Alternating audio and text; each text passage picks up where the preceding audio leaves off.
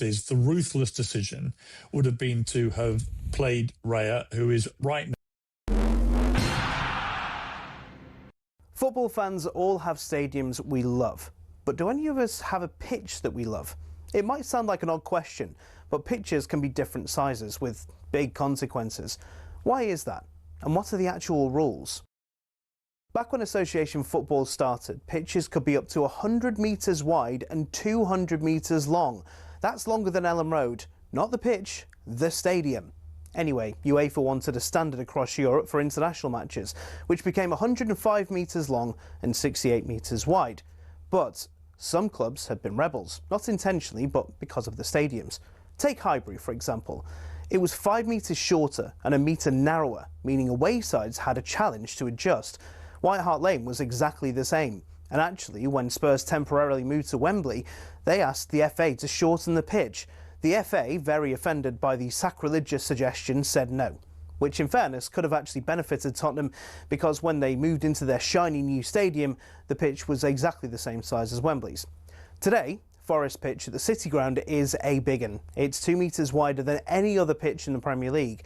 But the smallest of all, Craven Cottage, just 100 metres long and 65 wide. No excuse for not tracking your man. There are a couple of crazy outliers in Europe too. At Napoli's home ground, the Stadio Diego Armando Maradona, the pitch is a whopping 110 metres long. At least they don't play on a slope like Newcastle do. There's a 2-metre incline on the pitch at St James's Park. And don't get me started on the old pitch at Yeovil too. It used to be a slant of 2 metres corner to corner and across the halfway line. So UEFA have their standards. So do the FA, but they do give pitches in England some wiggle room. Pitches can be anywhere between 90 and 120 metres long and between 45 and 90 metres wide. I mean, the rules state you can't have a square pitch, but in theory you could have one that's 91 metres long and 90 wide. Imagine rocking up to play a Sunday League game and the pitch is basically a square. So there are rules and regulations on sizes, with a UEFA standard that roughly everyone follows. But as we all know, size doesn't matter, does it?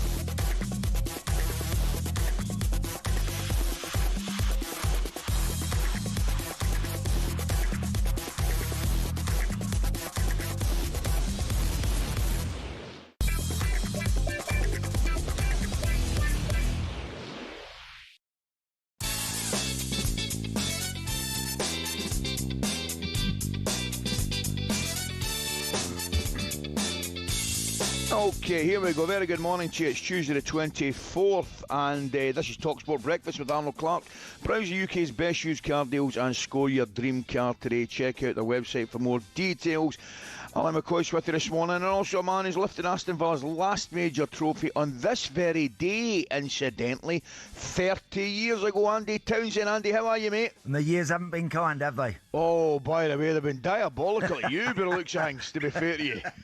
Good morning, mate. How are we? We're in top form, mate. What about yourself? Very good, very good. No, Listen, lovely. Before we go any further, mate, I can't last 30 years, eh? I mean, in all seriousness, where does it go, mate, yeah? I don't know, mate. I don't know. It has really flown past, pal. It really has. And look, Villa, what I would say, Ali, is Villa they've been close a couple of times over the years. They had a couple of FA Cups, Cup finals. But this current team in the Europa League, mate, honestly, I really Fancy think they're going to... Yeah, I do. I think do they're I. the best team left in it. And if they... And like Yuri Tielemans has come back now, John McGinn's back in the team, and how much of a difference has that been, mate? Oh, well, look, John's great. He's brilliant, isn't he? He's such a He'll play anywhere. He can go anywhere that you need him in the team. Yeah. Tielemans has been wonderful in midfield, and so they look an awful lot stronger when those boys are around. You know. There's no doubt about it. Andy, tell me about the weekend. You had a wee trip back there with the boys. Yes, I did. So the club very kindly asked us to do a little lap round the pitch. Brilliant. With the trophy. Now, of course, the real trophy. Yeah, a bit slower than you normally used to do it. It's funny, yeah. and of course, when you walk out on the pitch, one or two of the lads were saying that you know, when we got a lovely roar from everyone in the ground, which Brilliant. was really lovely, really nice. And one of the lads said, "Oh, it makes the hairs on the back of your neck stand up." And I said, "Well, that's about right, because there's none on your head. You know, there's nothing there going to stand up." But it was lovely. It was very, very good. And the team actually against West Ham, Ali, at the weekend, played it's the well. best they've played for a couple of months, mate. Believe me, they played very well, very well. Well, I tell you what, Andy, it was an important few points. Obviously, what's happening below them with Liverpool and Chelsea, man. Yes. It gives them a wee buffer, doesn't it, mate? It does indeed. They've and funnily enough, in recent weeks when they've spluttered a bit, Villa, and they've had some difficult matches and lost their edge a bit, the teams below them, apart from Man United, I know. You're right, mate. Liverpool and Chelsea just haven't stepped up and capitalised on that. It's amazing, absolutely amazing. I just said, we were talking about it yesterday with Ray, Andy. I just think you can't. United are doing great. No getting away from it. Michael Carrick's doing a fantastic job. But I was emphasising the point, the importance of the one game a week. The big difference. He's got a chance to get his boys on the training ground, work with them during the week. Yes. And obviously less chance of injury, and they're ready for that one game. But they're certainly doing it really well, mate, aren't they? They're doing it very well. They are. They have stepped up when they've had to. Michael's done everything right. He's done. Correct. I can't think of anything that he's done that he probably hasn't done right. I've actually said, Ali, all along about Manchester United that I feel it's a job for an experienced guy and someone that has kind of been there, seen it, and done it a bit. Look, Michael's had his time up at Middlesbrough, and I heard Big Sam actually talking recently about, would someone who's been sacked at Middlesbrough ordinarily go and get a Man United job? Of course you wouldn't. You know, you wouldn't expect that. But Michael has gone into United and has done everything. He's understated, he's classy, and I like the fact that he keeps a lid on most things, doesn't he, Ali? He's great. Doesn't let you know. He hasn't got to go into great detail about everything. He just keeps it all on the lowdown, and I think that's absolutely the right way to go. No, he's not put a foot wrong so far, to be honest. She's been absolutely terrific. What about not a chance to speak to Andy? Game at the weekend, obviously League Cup final. I didn't. One take on it was I didn't think there was an awful lot in it first half, and then I thought City were a better team second half.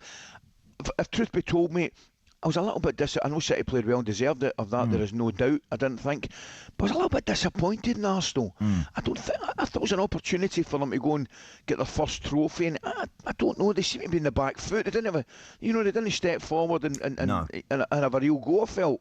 What about Ali? Because I was at Villa, I didn't see that, so I was in the car travelling home, and what you've just said there is exactly what. When I was listening to Piercy and Darren and Jim. And they said, and Darren, obviously a big Arsenal fan, said exactly that. He said, "Look, second half, we just didn't get going. We just didn't do it, and didn't really step up and take the game to City in any way, really." So that, I must admit, that was a bit of a surprise, because I think we've all been asked who we thought would win it. Yeah. I thought Arsenal would do it. So did I.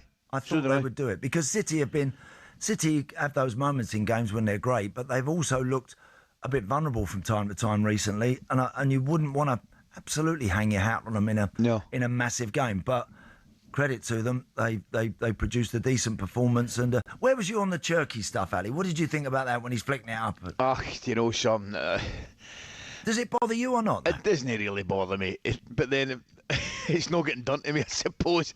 It's one of these ways, I don't really have a massive opinion on it, Andy, because we were talking about it yesterday, and it can be a little bit disrespectful, I suppose. But then, something? I'm looking at all the messages that were coming in, and the vast majority of messages, were coming in from supporters of different teams, not necessarily City or Arsenal, and they quite enjoyed it. They said there's not enough of it in the game, and I'm thinking to myself, am I having an old stick in the mud here or whatever? It's one of these ones. if it's not involving you, you're probably going like, that's quite amusing. Yeah. But if somebody's doing it in front of you, right? Yeah. You know better than me. You're going to lay it on them, aren't you? Oh, mate, look, you flatten them. We're talking about 30 years, since that time. People would have gone flying in there. If you're keeping it up like Correct. he was, Correct. I mean, people will go in and try and have your kneecaps off. They would have done. It's just kind of that's how it was always frowned upon so much. But I didn't think it was that. I mean, Pep was shaking his head when he didn't. He was sort of shaking his head as if to say, no, I don't want that. Don't do that. Do you know something, I Andy? quite like someone that's like that a little bit. You know, I do. I quite like the fact, and you know what I mean here. I quite like the fact he's the type of player that's got Pep shaking his head.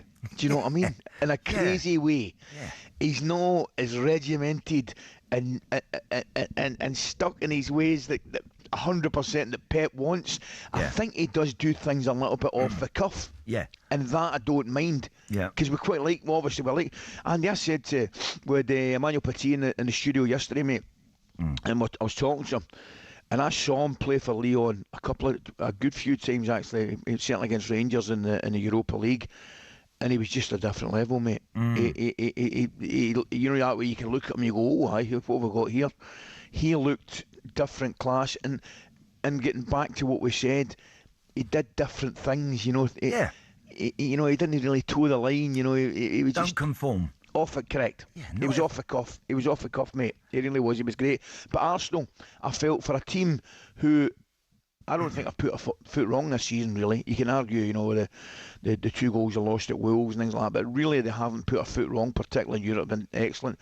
I just think the thing that surprised me, looking at Arsenal, they've been brilliant, but it was the kind of lack of aggression that they showed to go and win the game in the second half. For a team that hasn't won anything for a while, and then there's the cusp of greatness, and a team full of aggression and talent, I just thought they didn't show enough aggression to go and win the game, and it surprised me. Where were you, Andy, in the goalkeeping situation with David Raya? This is again a bone of contention for me, mate, because I just don't understand. I don't understand the need to feel like you have to play because you've played your number 2 goalie in some earlier rounds. All of a sudden, he has to go all the way through to the final. If this morning Mikel was having to say to Kepa, sorry mate, at the weekend I had to play that. It was a cup final and we got it. I'm sure Kepa would have suffered it. He knows his position at the club, Ali, doesn't he, Kepa? He knows he's number 2. He knows he is, and he knows he's second fiddle to David Raya. And the difference between the two, there are some ones and some main goalkeepers and number 2 goalies where you might go, do you know what? Our number 2 goalie is right up there. I don't get that feeling with Kepa. I don't. I know. And I think the difference between him and David Raya is massive. It's significant. And so why wouldn't you play him? I really, really don't understand why managers feel they have to stick with the one they got. I know City had James Trafford in, didn't they? I know they had him in. Well, listen, and they got away with it. And he's a good young goalkeeper, that's fine. Right. But Kepa's had his moments, and he's had his moments at Wembley. I mean, who can forget? 100%. Do you remember that Chelsea one, Ali, when he wouldn't come off the field? I couldn't believe that, mate. Hey? Couldn't believe it. I played with managers that would have walked onto the field and dragged me off, by the way. What would Suey have done if the goalie's... He'd have 2-footed me. Giving him the finger like that, saying, no, I'm not coming off. And Suey's standing there with his number up. Can you imagine? Oh, my goodness. I tell you, it wouldn't have turned around and went, I just leave him on then. Just, he's got a point. Do you remember Sarri as well? He threw his arms up in the air, didn't he? And he walked down the tunnel as if to say, I've had enough. I've had enough of this. He did, man, didn't he? The only thing I would say, Andy, right, I mean, you're right, Pep plays Trafford and he gets away with it, I'm saying gets away with it, yeah, but he plays him. But the only thing I would say with managers like that, I'm guessing that Pep and Arteta have said... Yes, all along. Yeah. All along, right? You're my goalie for this tournament, right? What? Now, as soon as you say that, you make a rod for your own back, right? Because I don't think, as a man, you can go against that. No. Right? Now, it takes it's not right. If you've given somebody your word, for example, like, you're my goalie for this tournament. No matter what happens, you will be in all the way in this tournament. I don't think you can back down on that, mate. I don't. I just don't think it looks as a good look as a man. Do you know what I mean? I just think if you're a leader and you're saying that to one of your players, and all of a sudden you're changing in your mind and going against what you've promised, not a good look. And that gives about the dressing room as well, I think. So I'm not saying he should have played him. I'm probably saying he shouldn't have promised him in the first place. Yeah, Ali, you just reminded me of something there. Big Jack, right, back in 1990, Big Jack, when we landed in Italy, we'd been to Malta. Do you remember you? Because you boys were in Malta. We were in Malta as well. You was in Malta. That's right. We were sitting on the side of the pitch while you boys were running around, weren't you? Do you remember? That's right. I mind it well, mate. I mind it well. So we flew to we flew into Italy. Jack pulled Gary Waddock as the bags were going round. Yeah. And Gary was part of the squad. Jack pulled him and said, Gary, I'm going to make a change to the squad. I'm bringing Ally McCoist in. Gary's bag was just coming around. He was just about to pick it up, put it on a trolley and get onto the bus to go to the hotel. You kidding me on, mate? No, I'm telling you now. That's what happened. Gary was literally, what? And Jack said, I need to have a word. He said, pick your bag up. He said, and you might as well go back to the terminal and book yourself a flight because I've got Ally McCoist coming in instead of you. There you go. So, when we're talking about making, I can't believe that, pulling people and making changes to teams. How about that one? Goodness me! I mean, that was incredible. Andy, but he didn't bat an eyelid. I'll tell you right now, mate. That might be as brutal as I have heard, mate. That was right up there, isn't it? Yeah. Yeah, exactly. And I mean, like Gary's bags are coming around, poor lad. Do you know what I mean? And Jack almost saying, "Do you want to hammer them bags, pal? I'll put them on this trolley for you." I can't. And if you just pop over there to departures, yeah. Honest to God, it's unreal, isn't it? But brilliant, mate. Bombshell. Anyway, good to see you, mate. We're going to have a bit of fun this morning. Coming up, has Ben White actually earned his England recall? Stay with us. It is now. What time have we got? It's 6:17.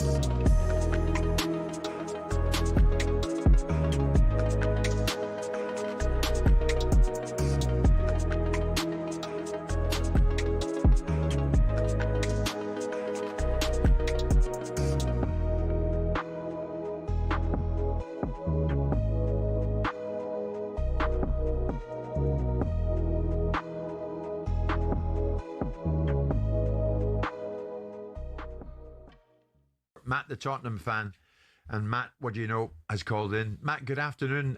Where are you at after that home defeat to Forest, mate? Well, guys, nice speaking to you.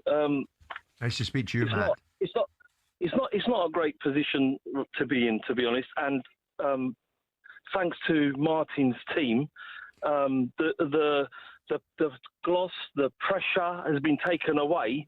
Because you guys are too busy, you media lot, are too busy battering a team that's 9 points clear, and you're looking for a downfall from that football club. Yet you look down the road and you guys can't even have the decency within yourselves to actually start pointing fingers, and all you want to do is blame manager after manager and that player and the other player, but you just can't bring it to yourselves to actually go, do you know what? It was that previous chairman, that parasite, which I'll never give him airtime to say his name because he's Simon's mate, who he can't even have the guts because he's too busy protecting his mate to have the guts to actually go, do you know what? Actually, it stemmed from him because they told him, do what you please within the margins. He then does what he wants. Yeah, but Matt, here's the thing, mate. Daniel Levy wasn't playing on the pitch yesterday when you lost 3-0.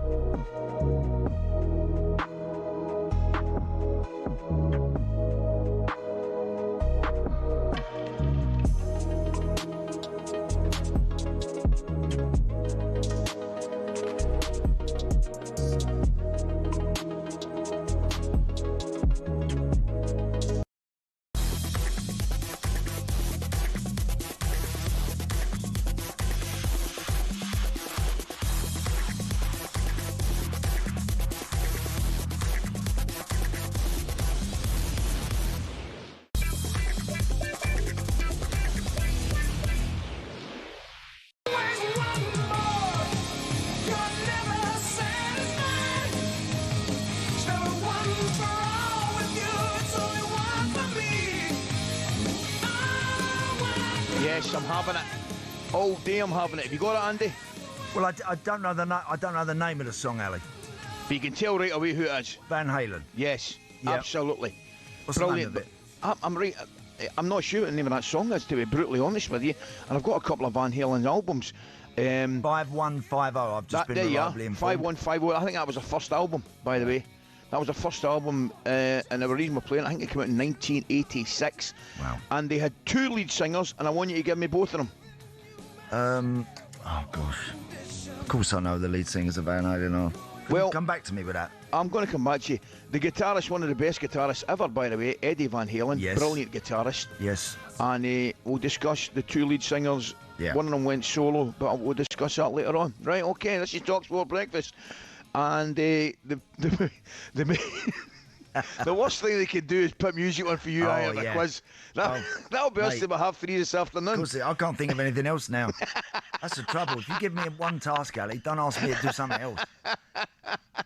Okay, Ally and Andy with this morning. We're going to take a look at the back pages. Angelina's with us. Angelina, good morning. Good morning. Good morning, Angela. How we doing? There's no way Oh, you know. good. You don't know Angelina. There's no. I mean, you weren't even born when Eddie Van Halen and all the boys were knocking about. Not a clue. Have you heard of Van Halen? Yes, I have heard of them, yeah. That's good. That's But I can't help Andy with this. Of course, see, I should, Ali, I do know it is. Well, I know one of them, David Lee Roth, right? Of course. Correct. And is Sammy Hagar the other one? He's got that. He's There back. you go. He's back. Yeah. Brilliant. David Lee Right. Roth and Sammy Hagar. Yeah. Brilliant. Let's have a look at some of these back pages then. Let's do it. We've got to start with Ben White. Ben's back in the Lions' den.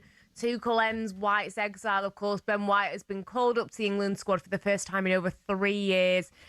You know, there was that walkout in the Qatar World Cup in 2022, reportedly because of a falling out with Gareth Southgate's assistant manager, Steve Holland. He's got in ahead of Trent Alexander-Arnold. Where do you guys sit on the second chance? And is more the issue that has Ben White been good enough? Well, that's a bigger issue for me, I think, Andy. I think he is good enough. Has he been good enough? I'm not sure. I'm not sure he's played enough football. The bottom line is, Angela, I can't comment because you don't know the reasons. We don't know what happened, You don't know the World reasons. Cup. So if they were personal or whatever it may be, then I think you have a different outlook on it. Me, if he'd walked out for no apparent reason, I wouldn't have had him back in, I don't think, to be brutally honest with you. But then, as I say, you don't know what it was. Could something have happened? I don't know. But if he walked out just for the sake of walking out, for me, he's not walked back in. Don't know about you, Andy. Well, listen, I mean, the irony here, Angelina, is that he's hardly played for Arsenal. This is Yes, it. right. This Yeah. is more He's the had issue injury for me. problems. That's what I am, mate. And he's so this is the quietest period in terms of playing he's probably had since he's been at Arsenal, right? He's hardly figured at all. Jurrien Timber has been so consistent in that position. So that's a worry if you're going to get him back in, because I saw him against Leverkusen midweek. Yes. And whilst Arsenal was solid and got the job done very professionally and very well, I thought he looked a little bit short. A little bit rusty, mate, didn't he? Which you're going to be if you haven't played. Of course. So I get that. And with regards to getting him back, I'm just very, very surprised it ever even got to the stage that it got to. If I was Ben, and I know we're all different, and some people will want to do things very differently, and he took great offence. If your assistant manager says something to you, Angelina, if the assistant, this isn't the manager, there's a huge difference between the main man and the number two. Yeah. Right? Yeah. When the number two starts barking orders out you, if you don't like it, or you don't want it, or you don't agree with it, you volley it straight back. So if he was accused of something, Ali, why didn't Ben front him up there and then and say, by the way, you're the assistant manager, and I'm telling you now, you're not right, and I didn't do it for this reason or that reason, so good luck to you, and off you pop. Yeah. Yeah. You know, you don't have to cower down to anybody. So I'm very surprised, because Ben, I know he doesn't do a lot of talking and he doesn't do a lot of interviews. He's a bit of an introvert, but he will always. You guys were talking about the Ryan Shirky situation. He did actually step into that situation when he was kind of showboating. He was the player that actually fouled him straight afterwards. So he does stick up for his teammates. But I guess it depends on if we ever find out what happened. See, that's the thing, Angelina. Yeah, absolutely correct. Now, I think it's safe to point out.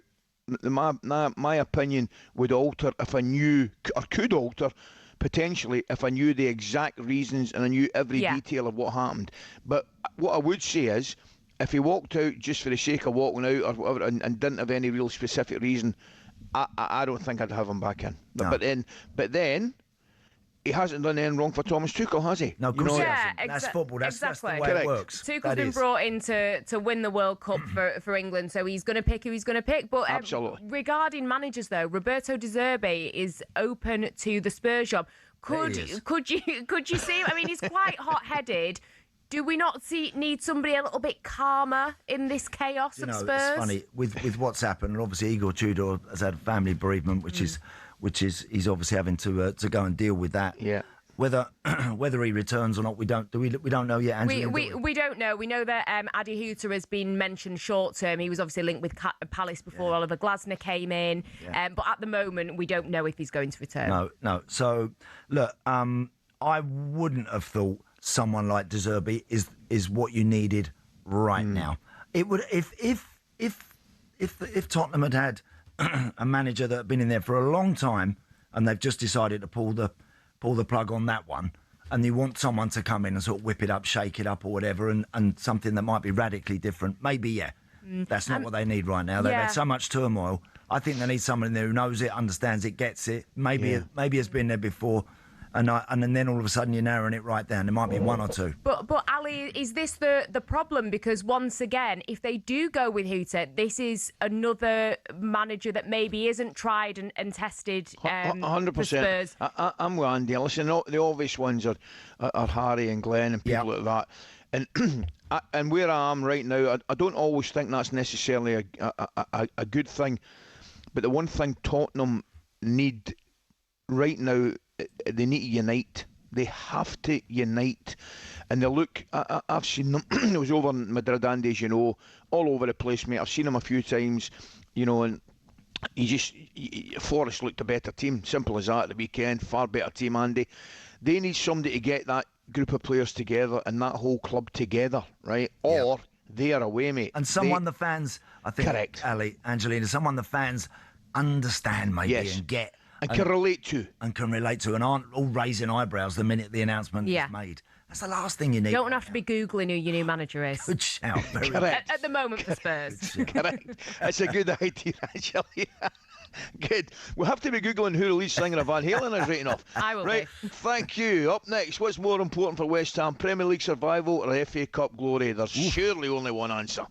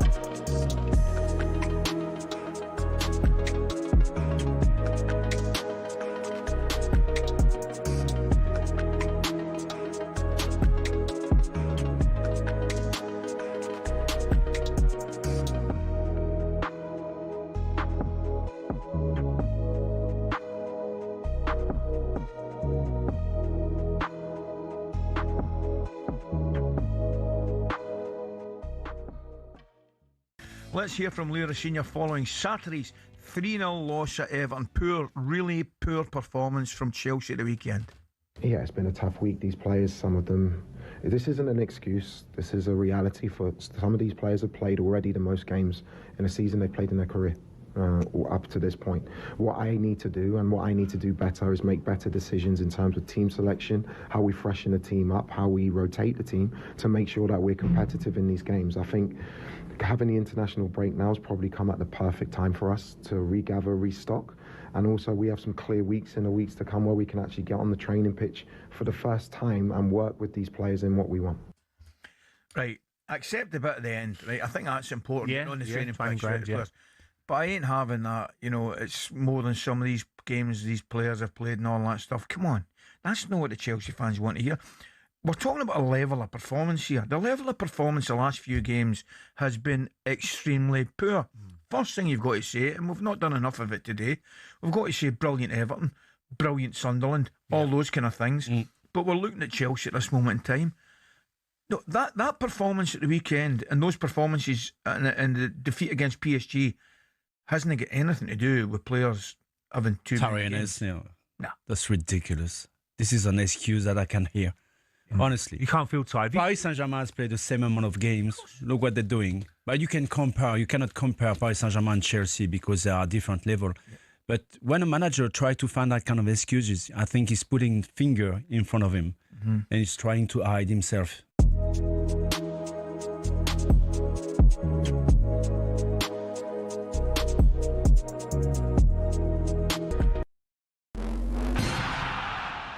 Every spring, sports fans in Europe come together to celebrate arguably rugby's biggest annual tournament, the Six Nations.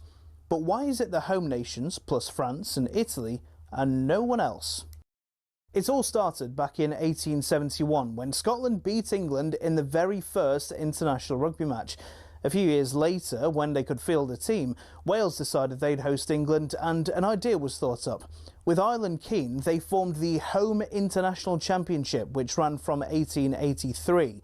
In 1910, France was allowed to join, as they were developing into a serious rugby nation, and thus the Five Nations was born. France had an interesting history with the championship.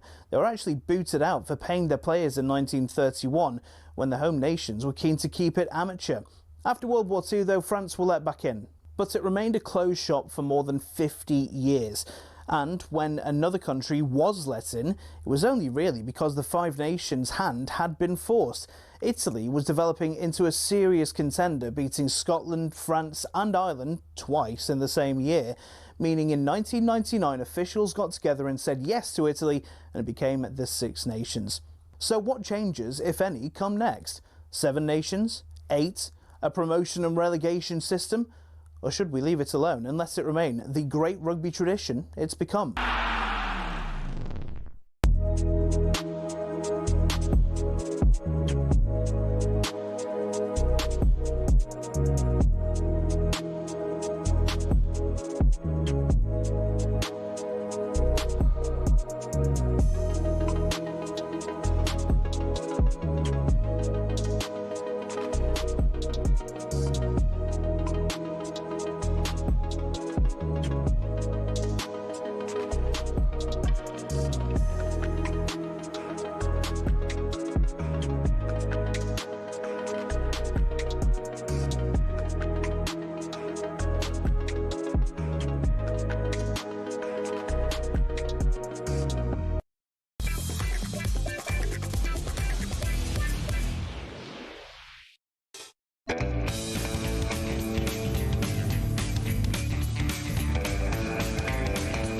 Okay, Tuesday the 24th of March, just gone 6:30. This is talkSPORT Breakfast, Arnold Clark. There's over 20,000 used cars online to choose from, so they will have the car for you. Ally and Andy with you this morning. Now, time to tell you about a new podcast, talkSPORT Hits.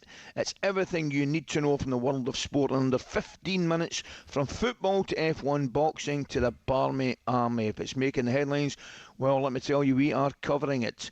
And because you know you're busy, we're just giving you the essential information, short, sharp and to the point.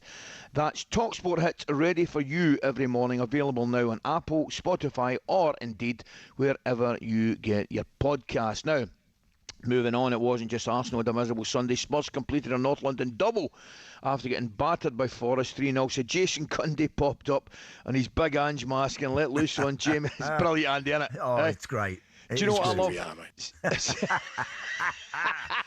I do. I honestly, I'm not, Ali. I'm often in the car right when they're on them too, when they come on, and now it's got to the point where you're actually waiting for the intro now, aren't you? Do you know what I mean? As it just gets to 10 o'clock, and as Jamie starts to introduce them, I'm thinking, here he goes here, you know, and the veins are sticking out of his neck, and but with the masks on now, it is quite comical. I've got to Andy, say. I only saw that. Well, I've been watching it for a while, but what kills me is the eyes moving inside the mask. That's what kills me, mate. When I see Cundy's eyes moving inside the mask. Anyway, he popped on his big Ange mask and let loose on Jamie once again, who thought he was having the last laugh with his Mikel Arteta one. That's what you get for £150 a ticket. That's what you get. So can I just?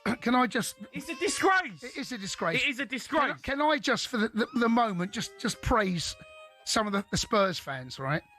Because what do you mean? At 3-0 down, I've got to give them some credit, mate. At 3-0 down, the desire and the effort they put in to leave that stadium, you know, fair play. They put more effort to leave the stadium than the players did on the pitch, mate. Good effort.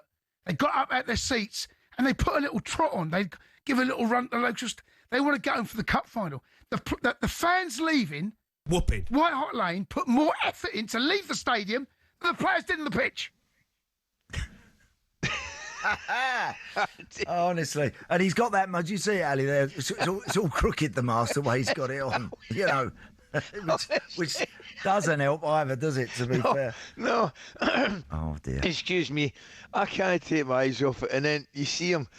And his eyes are moving in behind that mask, and you know he's just completely taking a mickey right for the word go. It's priceless. Do you know when that result come in? Or actually, I was doing the Villa game, and we had a monitor in front of us, and it had an update of all the other games. When I saw it had gone 3, I thought, oh my word! I know. Oh my days! I mean, I don't know how many Spurs fans were left in the stadium. I've no idea at the end of the game. But I just couldn't catch my breath. I could not believe. I mean, look, you can get beat in a game, of course you can, but to get done 3 at home by Forest when it's billed as a 6-pointer. In a game like that, I mean, Andy, it's just a shambles, really, isn't it? I mean, I reckon I was there for the biggest shambles I've seen in many a year over Madrid. That first 15, 20 minutes, mate. Oh, wow. They're substituting goalkeepers, they're slipping on balls, and I mean, that was officially the Keystone Cops, man. They were all over the place, weren't they? I mean, I've never seen anything like that in my life, mate. They're like the Tottenham player. They're like a speedboat with no driver, aren't they? They're going everywhere. You ain't got a clue where they're going. Absolutely all over the place. Where's he sitting, Andy? Because it's amazing. Excuse me. I said, I mean, not for a minute that he would be, but Big Ange, for example, he must be sitting there saying, and then the Arsenal fans come on, I beg your pardon, Tottenham fans come on and say, but we're third bottom of the league or second bottom of the league, we're hopeless. I just felt he nailed his colours to the mast and said, look, we're not going to get relegated, but I'm kind of putting my eggs in the one basket here. I'm going to try and get you the Europa League, Champions League football next year, and we'll see how it goes. And he did that, to be fair to him, and all of a sudden they got rid of him with Thomas Frank. Didn't work. But I just can't, Andy, I can't. They've had some seriously good managers and good coaches in the last, whatever it is, 7, 8, 9 years. None of them can quite get a grip on it. None of them can get a grip on it, mate. You know, it's sort of getting away from them all. I think, and whenever you really start to analyse the personnel, you might go, I don't think he's quite good enough. There's a lot of decent players at Spurs. Of course there is. There's a lot of decent players there. So there's again, part of management, part of the tools of being a manager is, one, yes, you've got to know you got to be a slick and clever coach, and you've got to be out there with them, and that's what the modern day player wants, apparently. But also, Ali, as your manager, you got to look him in the eye, and you got to believe what he says to you. Correct. If you're looking at someone and you think this guy's a bluffer and he don't know what he's on about, you lose them straight away. 100%. And you'll lose matches so again, I would argue for Spurs, whilst they're of course ticking all the boxes and making sure the next one who comes through the door might have this qualification, might have that, might have done 10 years at FIFA doing X, Y and Z. Good luck. But can you also get someone that can whip a few players up, give them a few home truths, bomb a few out, and bomb them right out if they need to go, and encourage and motivate and get get the rest of them really going, and get the fans believing in something. Correct. I can't tell you how important it is to have a manager that the fans actually look at and go, we really do believe in this guy. The Villa fans at the moment, you ask them about Unai Emery, every single one of them, but come on, and a woman, every one of them, and child, mate, are all right behind him, and they believe in him, and they believe in what he's doing and what he says, and so do the players, and that's why. And they've had a tricky spell lately, but that's why they're still where they are. But Spurs, my word, my God, I'm staggered. Yeah, actually, Andy, I mean, they wouldn't want it or didn't need it. But I actually have an unbelievable degree of sympathy for the Tottenham fans. I mean, they must be scratching their heads saying, what is happening? Because it's one of these ones, I'll tell you where I was with. I think I said to Ray yesterday, maybe 3-4 weeks ago, I'd be going like that, well, if Tottenham on the kit, you know, and they watch what they're doing, you know, but I'm not really believing it myself, probably. No.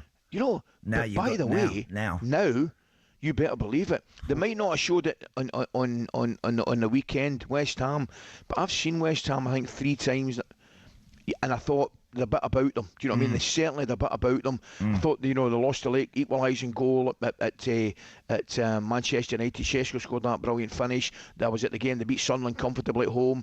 And I'm thinking to myself, you know, I saw the cup tie at Brent, and I thought, well, they've got a bit about them. That's the one thing they have got. You know, a bit of steel. Centre backs are marking. They're doing their job. Exactly. You get Bowen. You get Somerville back. You got a wee chance of getting something. And I just didn't see that, and I don't really see it with Tottenham at this moment in time, mate. Of course, listen to this. Look, hey guys, Cundy's mask looks like those blokes robbing a bank in The Professionals back in the day. Do you remember on the telly? So I do, man. Hey, come in. I can just see. By the way, if I close my eyes, I can just see Jack Regan coming flying round the corner in that Cortina and the Sweeney. Oh yeah, remember that? Exactly, yeah. Brilliant, man. Cuff him, George. Nick him, George. Yeah, exactly. Okay, mate. Still to come in breakfast. Superstar Breakfast preview on talkSPORT with Travis Perkins. Download the new improved app to easily manage your accounts and quotes. And I think it's gonna be a long, long time. Yes. And the reason we're playing that, we're going to be celebrating Rocket Ronnie O'Sullivan's insane break. Isn't it? Well, I watched it. Andy, I watched 153. it. 153 in the world opening Yushan. It was ridiculous, Ronnie, wasn't it? I mean, it was just he's just a different level. Incredible, isn't he? He's just a different level, isn't he? He certainly is, mate. He's just astonishing. He's the best there's ever been and probably ever will be. I think you're right, mate. Just incredible player. And a great lad to boot as well, mate. And Thomas Tuchel has recalled Ben White. It's split the talkSPORT family. So we want to hear your thoughts, guys. Should he still be given a second chance or not? How damning is this in Trent, who's still without a call-up? Give us a ring. You know the drill. 0371722 3344 and let us know what you think. That was our breakfast preview with our good friends at Travis Perkins. Mars ain't the kind of place. Superstar Breakfast preview on talkSPORT with Travis Perkins. Get free next day track delivery. Head to travisperkins.co.uk or download the app.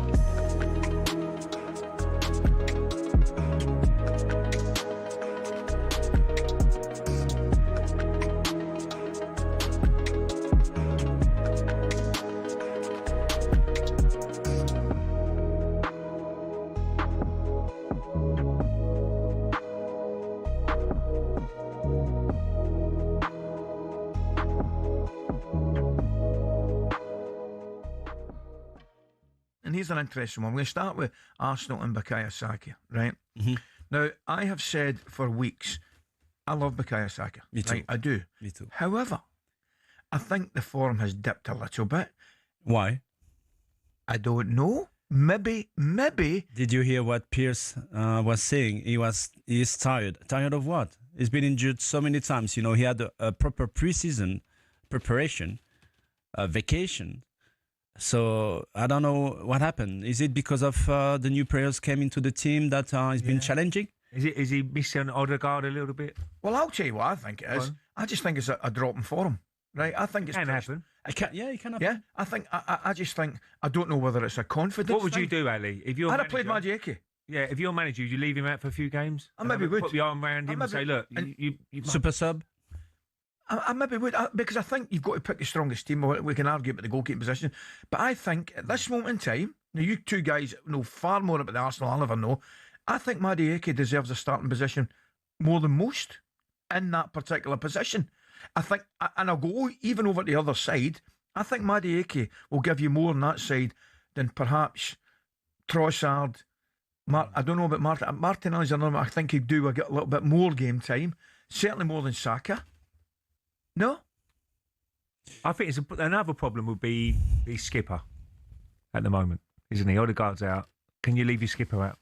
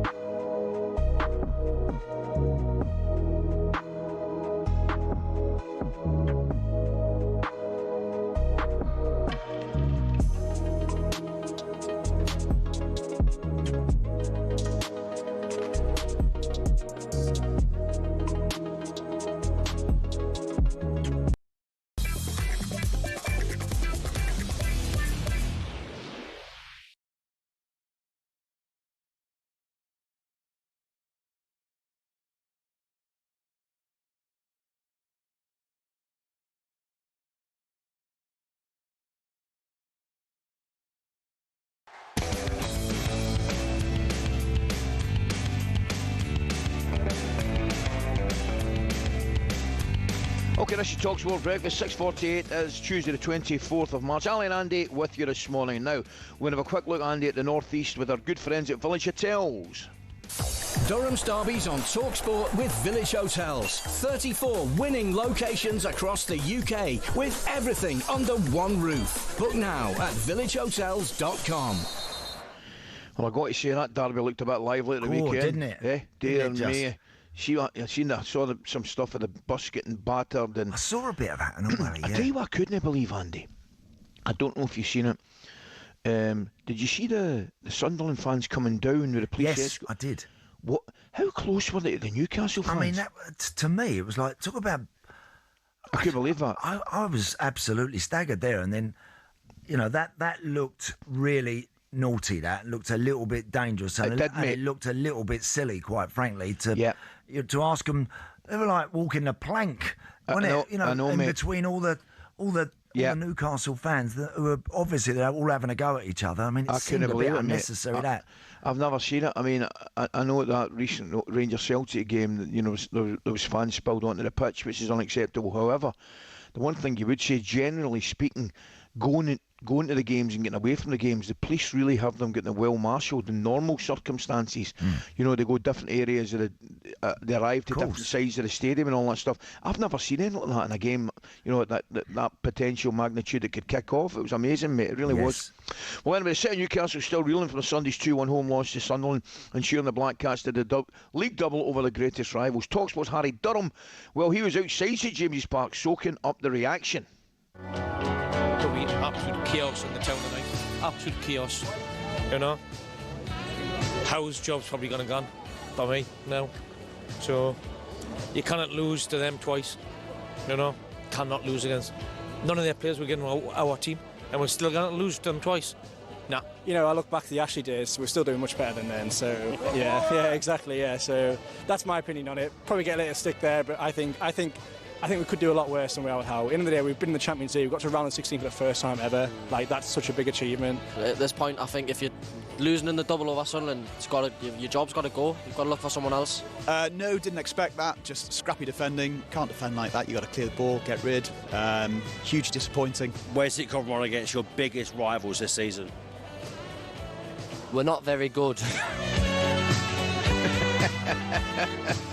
There you go, that's it in a nutshell. And the Sun have gone with Trash Gordon on the back page, following Sunday's 2-1 home loss to Newcastle. Winger Anthony Gordon has branded Sunderland a really poor team. He goes on to say we shouldn't lose to them. It's one of those ones, Andy. Andy, do yourself a favour. Just get in your car and go home. Don't start throwing quotes around like that after they've just rolled you over. I know, mate. I know. I'm saying to myself, surely he's been misquoted there, man. You just take your medicine, don't you? Of course you do. Oh, dear me. Dear. Okay, mate, that was a big thanks to Village Hotels there. Durham's Derby's on talkSPORT with Village Hotels. 34 winning locations across the UK with everything under one roof. Book now at villagehotels.com. Now, talkSPORT's second biggest Van Halen fans back with us now, Angelina Kelly. Angelina? Back. Yeah, I've been listening to music in between sections. It's a very different, Angelina. It's a problem, obviously. Whenever Ali and I are doing a show, and you know that we like our rock music. Right? Yeah. Now, are you a rock music fan? More reggae than rock, I would say. Right, okay. Put it that way. So Van Halen to you. You surprised me. Yeah. You surprised me, Angelina. What, do I not strike you as someone that's listening to heavy metal at 3 a.m. when I get up? I could have swore blind I saw you at the last Megadeth concert. Listen, I didn't want to be... I was trying to be there in disguise. It's not my fault that you saw me and recognised me. I thought you had every album Slipknot had released in the last 15 years as well. There you go. No, more reggae, sorry. Yeah, it's great. I love a bit of reggae. Yeah. Don't mind a bit of reggae? Yes. Yeah, don't mind it. What have you got for us, Angelina? Well, we're looking at the front pages, and I wanted to talk a little bit Bob Monkhouse, because BBC bosses have had to pull an episode of The Repair Shop following a complaint about one of his jokes that was found in a hardback archive of his handwritten joke books that was brought in for a repair on The Repair Shop. But in terms of the name Bob Monkhouse, for talkSPORT fans, it brings back a certain Alan Brazil memory. Gary, what about Bob's health now? He died at Christmas. I think Mr. Brazil was just looking a little bit back there rather than forward. You're absolutely right. I heard two different versions of it, to be honest. The terrible thing two different versions, I was told. Do you know, I love Porky there. Porky's trying to bail him out somehow. He's trying to dig him out of a huge hole. And it's just getting deeper. You can just visualise Porky with the biggest spade in the planet, digging away there, trying to get the big fella out of the Reversing. hole. Right, and then the big fella comes away with the immortal, I heard two different stories. Oh, great, wasn't it? I'm guessing clearly one of them all had a happier ending. Brilliant. Ali, Angelina, look, how about Bob Monkhouse was a genius. Genius. Right? A genius. Genius. Listen, how about this? When the inventor of the drawing board messed things up, what did he go back to? Right, what a great joke that is, isn't it? Right? Isn't that brilliant? That's Bob Monkhouse, right? Ah, that's genius, isn't it? When I first said I wanted to be a comedian, everyone laughed. Well, they're not laughing now. You know, thank you, Ed. They're like... Andy, Angelina, I'm going to tell you something. He came up and did the Rangers after dinner, a post-season. And do you know something? Here's one for you, Angelina. Andy, believe it or not, I was looking through some old stuff yesterday, right? And there's a photograph, Bob Monkhouse, and he's getting flanked by myself and Gascoigne at the dinner. Really? Aye, the three of us. I'll need to show you, Andy. It's a brilliant picture. Myself, Gaz, and Bob Monkhouse. And I need to tell you, mate, he was fantastic. I bet he was. Do you know what he did, Angelina? Go on. See, before he came up, he had a phone call or a Zoom, whatever it would be in those days, with I think it was wee Bob Riley, who was in charge of everything commercial, right? And he asked him who did this, who did that, right? Chairman, secretary, bump, everybody. And Angelina, he had a wee story just to wind everybody up and a bit of fun. Yeah. And he made it really personal, and it was brilliant. Yes. It was absolutely different class. He was very, very he's funny. great, isn't he? Very funny, man. Yeah. Oh, well, I'm glad me. I could bring you both a little bit of a laugh there, because we're not going to get too serious with this next one. But I wanted to bring up Mick McCarthy because he's not happy. He's made his feelings towards Roy Keane and the new Steve Coogan film Saipan depicting the 2002 World Cup fallout. He's made his feelings very, very clear. Put it that way. Still not happy with Keane. He spoke to Coogan before the film and basically said he went to watch it with his family. It was a heap of rubbish. And he had an issue with the height and the age difference because Mick McCarthy was 43 in 2002. Yep. Coogan's 60. Mick McCarthy's 6'1" and Coogan's about 5'8", 5'9". Right. So, seeing a young man kind of towering over an older man in his 60s does change the context, perhaps, when in reality he was taller. Yes. But Andy, what do you know about the incident? Because 1994 World Cup with both of them back when Mick was a player. Sure, I wasn't in Saipan. I wasn't there. I was no longer part of the squad at that time. So I haven't really got a clue what went on. All I know is that a few of the lads that were there that I've spoke to that have seen the film. I haven't seen the film, Angelina, either. I haven't watched it. No. And because you know that this film isn't going to be, it's not going to be particularly accurate. It's going to have license to portray this and that situation, how they want to do it. That's what sells films. But the ones that I spoke to said, no, it's not. Yeah. It wasn't like that. Yeah. So, listen, it is what it is. I can understand Mick's probably getting the ump about it if it's portrayed him in a certain way. And you're being asked about it because a lot. if it's portrayed him as someone who was just sort of like a little, just standing there. I think a little bit more wimpish, I think, is the problem. Well, let me tell you, he most certainly was not like that. He wasn't like that at all. Not in my time as a player, and I played under Mick a little bit right at the end of my time. But he most certainly was not, a shrinking violet. No way. Yeah. It's funny, isn't it, Andy? I mean, you go all the way back to Blinken, one of the best films, like Braveheart, for example, a fantastic film, but full of unbelievable inaccuracies. Do you know what I mean? It's in history and things like that. So, but you can imagine, to be fair, it's not as if William Wallace can come back and take the hump with it.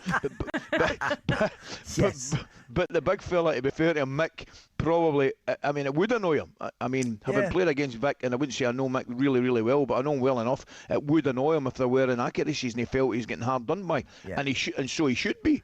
Yeah. And Roy would be the same if the boot was in the foot. Yeah. So it's a funny one. I don't know about you, Angela, it doesn't really appeal to me as a movie, to be brutally honest with you. And I watch a lot of things. I don't know if I'd go out my way to watch it, to tell you the truth. No. Yeah, I completely agree. It didn't seem to be in cinemas for that long anyway. But yeah, no, not something that would be the top of my list, put it that way. Actually, has anyone seen a really good film lately? Sinners, that was up for a few Oscars. Good? That was really, really good. I enjoyed that, yeah. Really good. I would recommend it. I haven't seen one. Have you watched one, Ali? I've not, mate, recently. Well, see, I always go back to The Godfather because that's my favourite. I like something like that. But yeah, Sinners, I would recommend. Michael B. Jordan won the Oscar for Best Actor. You're right. He was very, very good in that. So okay. I mean, you can buy it at The Godfather. I tell you, I worked with Robert Duvall. Anyway, there's two different stories. Into the break, 03717 223344. That's the number, guys. The phone lines are open this morning on Ben White's England Return. Give us a call.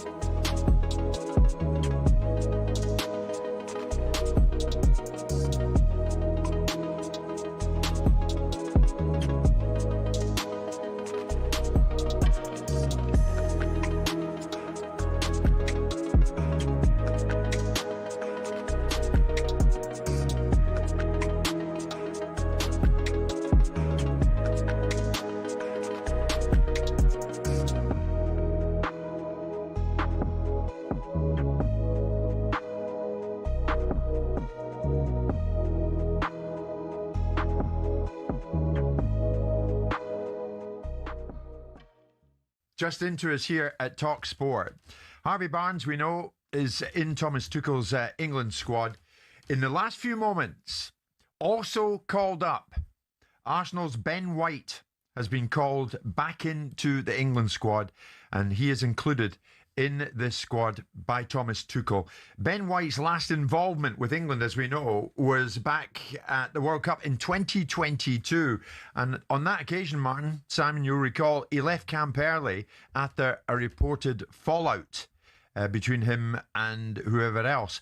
But Ben White gets his chance. Featured yesterday, of course, at Wembley, and he's been called up by Thomas Tuchel. Guys, what do you think of that?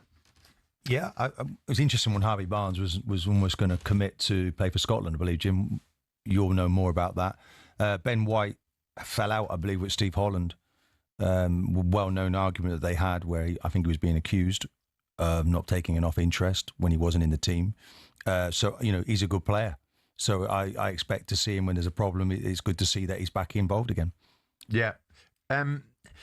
Some people had the view at the time, Simon, if you turn your back on your country, that should be it for you. I think I was in that camp.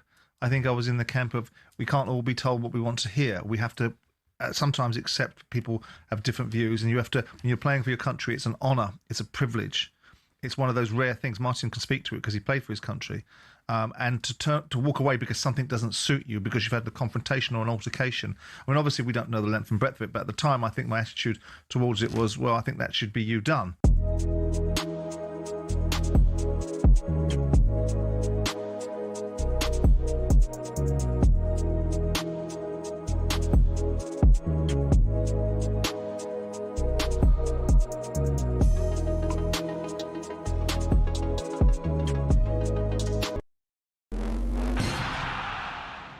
What football ground are you thinking of when someone says this? Really tough place to go. Difficult place to go. Such a tough place to go. It's a tough place to go at the moment. It was a really difficult place to go, always. But what are the toughest places to go, really? We've scoured the planet to find out. Forget a cold, wet Tuesday night in Stoke. Try playing in a blizzard 220 miles inside the Arctic Circle at the world's northernmost professional club. When Chelsea lost at Tromsø in Norway in the 97-98 Cup Winners' Cup, a massive snowstorm hit at half-time. These two boys and their brooms were absolutely no match for it. We're staying in Scandinavia for Scotland's toughest away day on a windswept cliff in the Faroe Islands. In Euro 2000 qualifying, Craig Brown's men were taken to fishing village Toftir. Kevin Gallagher called the pitch a cowfield and the wind like Pitodry on a bad day. The Faroe Islands part-timers equalised in stoppage time, leading to these absolute scenes, and still one of Scotland's most embarrassing results. Daft little ground, silly game. But away trips don't come any tougher than a lung-busting schlep up the Andes to face Bolivia in La Paz. But now the Bolivians have taken home advantage to another level. The country's highest city, El Alto, 4,100 metres above sea level. Grass doesn't even grow up here. Bolivia have not lost here yet. The longest unbeaten run in any professional league ever belongs to Red Star Belgrade, or Crvena Zvezda if you must. They've gone 7 years without defeat at the Rajko Mitic in Serbia's Superliga. Their fans are pretty intimidating as well, but they're not as loud as this mob. Galatasaray's Ali Sami Yen Stadium's officially the loudest in world football. In a derby with Fenerbahce, Galatasaray fans set a Guinness World Record of 131 decibels. That's louder than Motorhead, and pretty tough to carry out your manager's instructions when you can't even hear them. However, our most intimidating away day is in Wales, where cameras can't enter and players can't leave. HMP Prescoed. This prison team was briefly kicked out the Gwent League over concerns about young opposition having to go in there. Now that's a tough place to go. Early June 1939, Germany, always a tough place to go to.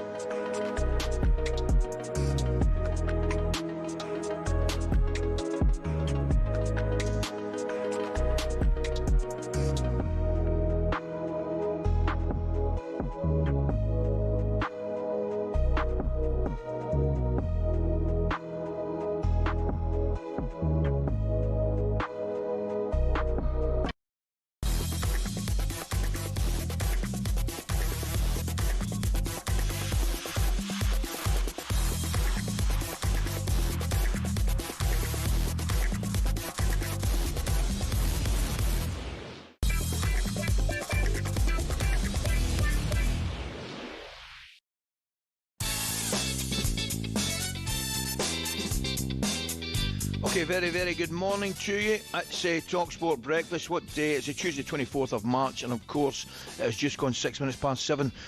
Once again, excuse me, this is talkSPORT Breakfast with Arnold Clark. Browse the UK's best used car deals and score your dream car today. Check out the website for more details. Ally and Andy with you this morning, this Tuesday morning. Thomas Tuchel has got everyone talking about a certain fullback. Ben White is back in the England squad under Thomas Tuchel, available to play in the friendlies against Uruguay and Japan. Why on earth would Thomas Tuchel want him back in the squad when he's not prepared to put the hard yards in to be as good as he possibly can? We need everyone fully motivated and on high-level performances. So that was the thinking behind it. I didn't like the attitude of leaving the England camp because I think there's no greater honour than being picked for your country. Get over it. Okay, well, the door wasn't slammed. Ben White's back and Harry Redknapp will join us later. We're going to take a quick call. Somebody that's dialed 03717 22 3344, and that's Frank. Frank's an Arsenal fan. Frank, a very good morning. Thanks for calling. How are you? Morning, fellas. How you doing? Morning, Frank. We're in good form, Frank. What do you think? Well, I don't see why Ben White shouldn't get given another chance. Nobody knew exactly what went on or what was said or his reason for leaving. So, does he not see it as like he's not turned his back on England? He's turned his back on Southgate and Holland. Well, I tell you, mate, the first thing you say is I think it's absolutely spot on. Nobody knows the reasons, so for that, effectively, it's all guesswork. And I take your point. Thomas Tuchel has come in, new manager, new coach, and he probably wants everybody to have a clean slate. And that looks very much as though... I would imagine, Frank, that Thomas Tuchel would know the exact details of what happened, right? And the fact of the matter is that it doesn't look as though it's bothered him too much, so he's back in the squad. Yeah, that's perfect, yeah. Like I said, no, Tuchel's got to know what's gone on. And so, if he sees it's not, it wasn't a genuine reason for him not wanting to play for England. It was the case of not wanting to play for Southgate and Holland. Frank, are you surprised he's got back in? Because he ain't played much for Arsenal lately, has he? And when he has, he's not, because of lack of game time, and he's not looked at his very best, has he? I'm surprised he's back in now. I didn't think it'd be quite so soon. Okay, mate. Listen, thanks for the call. Cheers, really, Frank. really appreciate it. See, Ali, they've got Reece James. Obviously, is going to be. Yes, surely he's England's number one, right? I mean, he's on a different level. Of course, so yes. I think to the rest of them. So do I. If he's fit and if he's well, and of course, Tuchel will be keeping his fingers crossed that he is in that respect. Aside of that, they've got Jed Spence in there. Jarell Quansah, although I'm not sure if Jarell Quansah pulled out. I'm not sure, actually. I don't know. Maybe I think he did. I think Quansah pulled out, Andy. Did he, mate? I think he might have done, so. yeah. They got Antino Livramento, of course, who's also, a player that Tuchel will know very well. So look, Ben is versatile. Ben can play as a centre-half. He could even go and play as a left-back if he has to. He can play in a number of positions. It's always good from a coach's point of view to have a bit of versatility in your squad and to have players that can rock up and play everywhere. But he ain't been... I don't think his form merits actually getting in the squad. I know. It's a weird one. And I probably agree with... Well, I do agree with you, Andy. No problem about it. But at the same time... Is there anybody else at this moment in time, if Quansah's pulled out like we think he has, is there anybody else that was sitting there saying, that should have been me? No. That's the thing. I'm not sure there is, you know what I mean? I agree. Can't think of anyone. Absolutely. Well, listen, talkSPORT, Voice of Live Football, Adrian Durham was in kick-off last night and he shared what he knows about the situation. This is what I'm led to understand has happened with Ben White. The players were told to watch videos of opponents, okay? And they were given videos on their laptops, iPads, whatever it was. He decided not to, and the England analysts knew, because they had the tech, who had and who hadn't watched the videos. And when asked about it, Ben White got really upset about it to the point where he quit England. Now, if that is true, why on earth would Thomas Tuchel want him back in the squad when he's not prepared to put the hard yards in to be as good as he possibly can against the opponents England are up against? Well, if it's not true, I apologise, but let's have the flipping truth.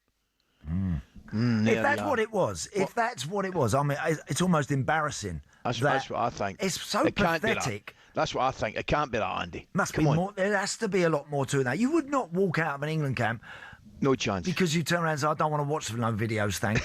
Right? You know, do me a favour, then please tell me there was a lot more to it than that. Well, listen, join us to give us more is someone who played alongside Ben for Newport back in 2017. It's a very good morning to Ben Tozer. Ben, good morning, mate. Thanks for joining us. How are you? Yeah, I'm good. Thanks. Morning, Ali. Morning, Andy. Hello, Ben. Ben, we're all experts. We don't even have a clue what happened, Ben, but we're all experts on it, mate. First thing I would ask you, mate, were you surprised at the call-up? No, not at all. I mean, for me, as the last caller said, I think it was more of a Steve Holland and Gareth Southgate issue rather than an England issue because, let's be honest, if everyone gets the opportunity to play for their country, they're going to give their left arm to do so. So for me as well, he's such a great lad. Like, he's such a normal lad as well. You know, in football, if you're a bit of a normal lad, you're considered different. So I don't see why everyone should be the same and why everyone should be considered robots when they're in football. You might not want to furnish us with the truth, Ben, but is there anything you can give us on what you just heard Adrian say there about what happened? We won't tell Andy, Ben. Yeah, we won't tell a soul, mate. You won't. I'll tell everyone. That's what you're after.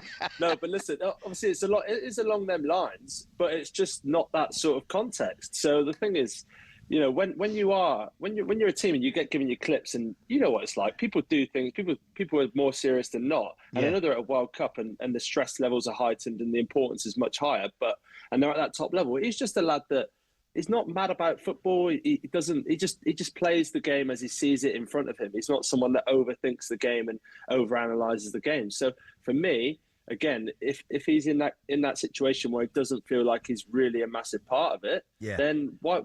You could have been worse. You could have been a bad egg. He could have hung around. He could have made things difficult. For me, he's walked away from the squad thinking it's the best thing for him and the squad. So it gave the club, the country, the opportunity to actually go and do something. I must, Ali, sorry, mate, but also, Ben, I agree with you in the sense of I'm surprised Steve Holland actually never did more to maybe manage that better at that time. To literally let it get to a point where a player's got the hump so much he's going to clear off.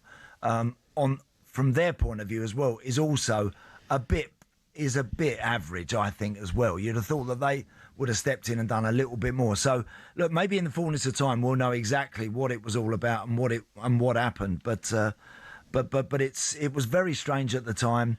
And Ben, just going back to Ben White right now, he's been a bit in and out of the team. His minutes have been diminished a fair bit over the last sort of 6-8 months or so. He's had a few injury problems as well. That's a little bit odd that he's back involved because his form actually doesn't always suggest he's right on the top of his game. Yeah, I mean, on Sunday I was at the game and he did all right for probably the first, 45, 50 minutes. I mean, the Arsenal team in itself, second half, wasn't great.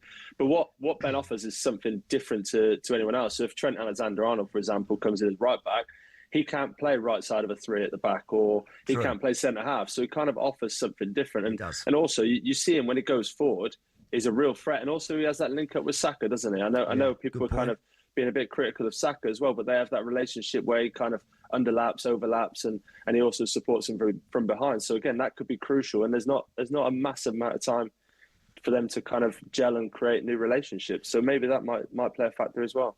Ben, just a quick one before you go, mate. I want to ask you quickly on one of your other clubs, Wrexham.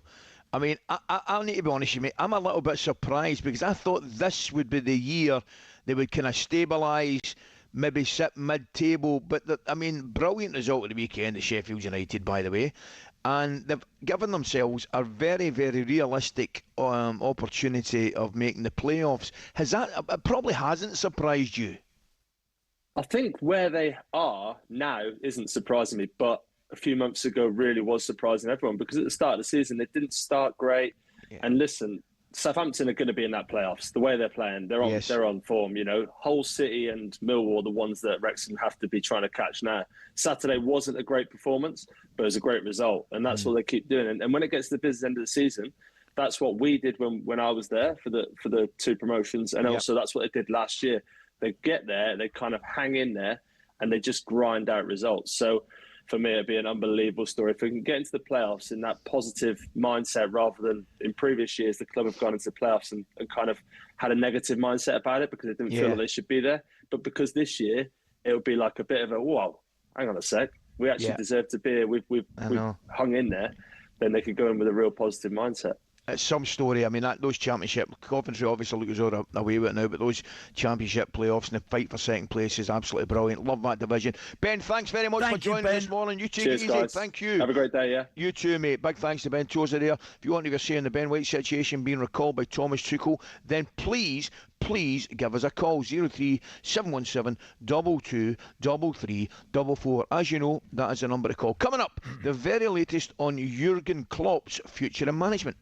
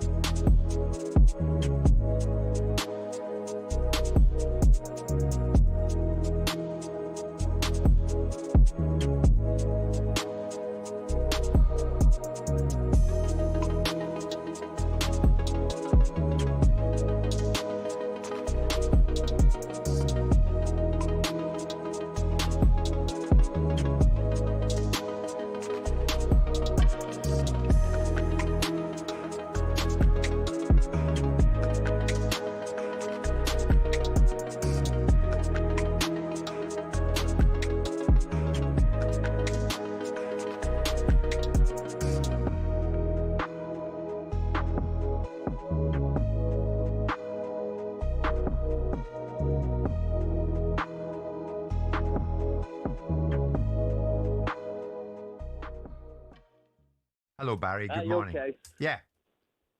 Go for it, Baz. I just want to say, every Monday mid-morning, we have to listen to Martin going on and on and on.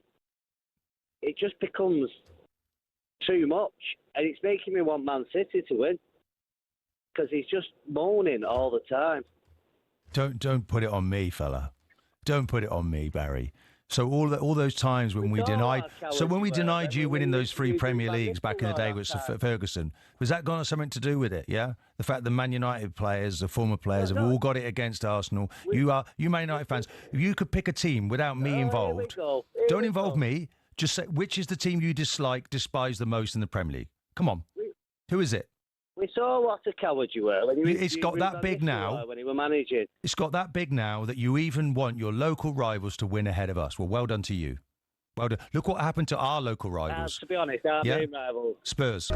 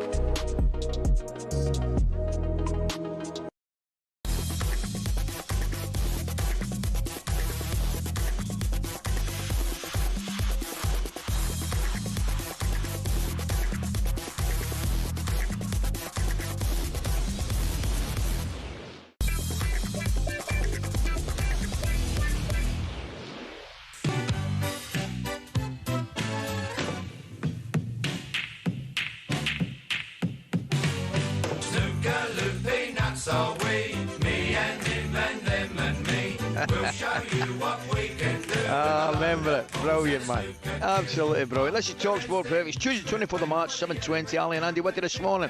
There has been some crazy stuff going on in snooker, so let's bring in Angelina to give us a little bit more on it. Angelina.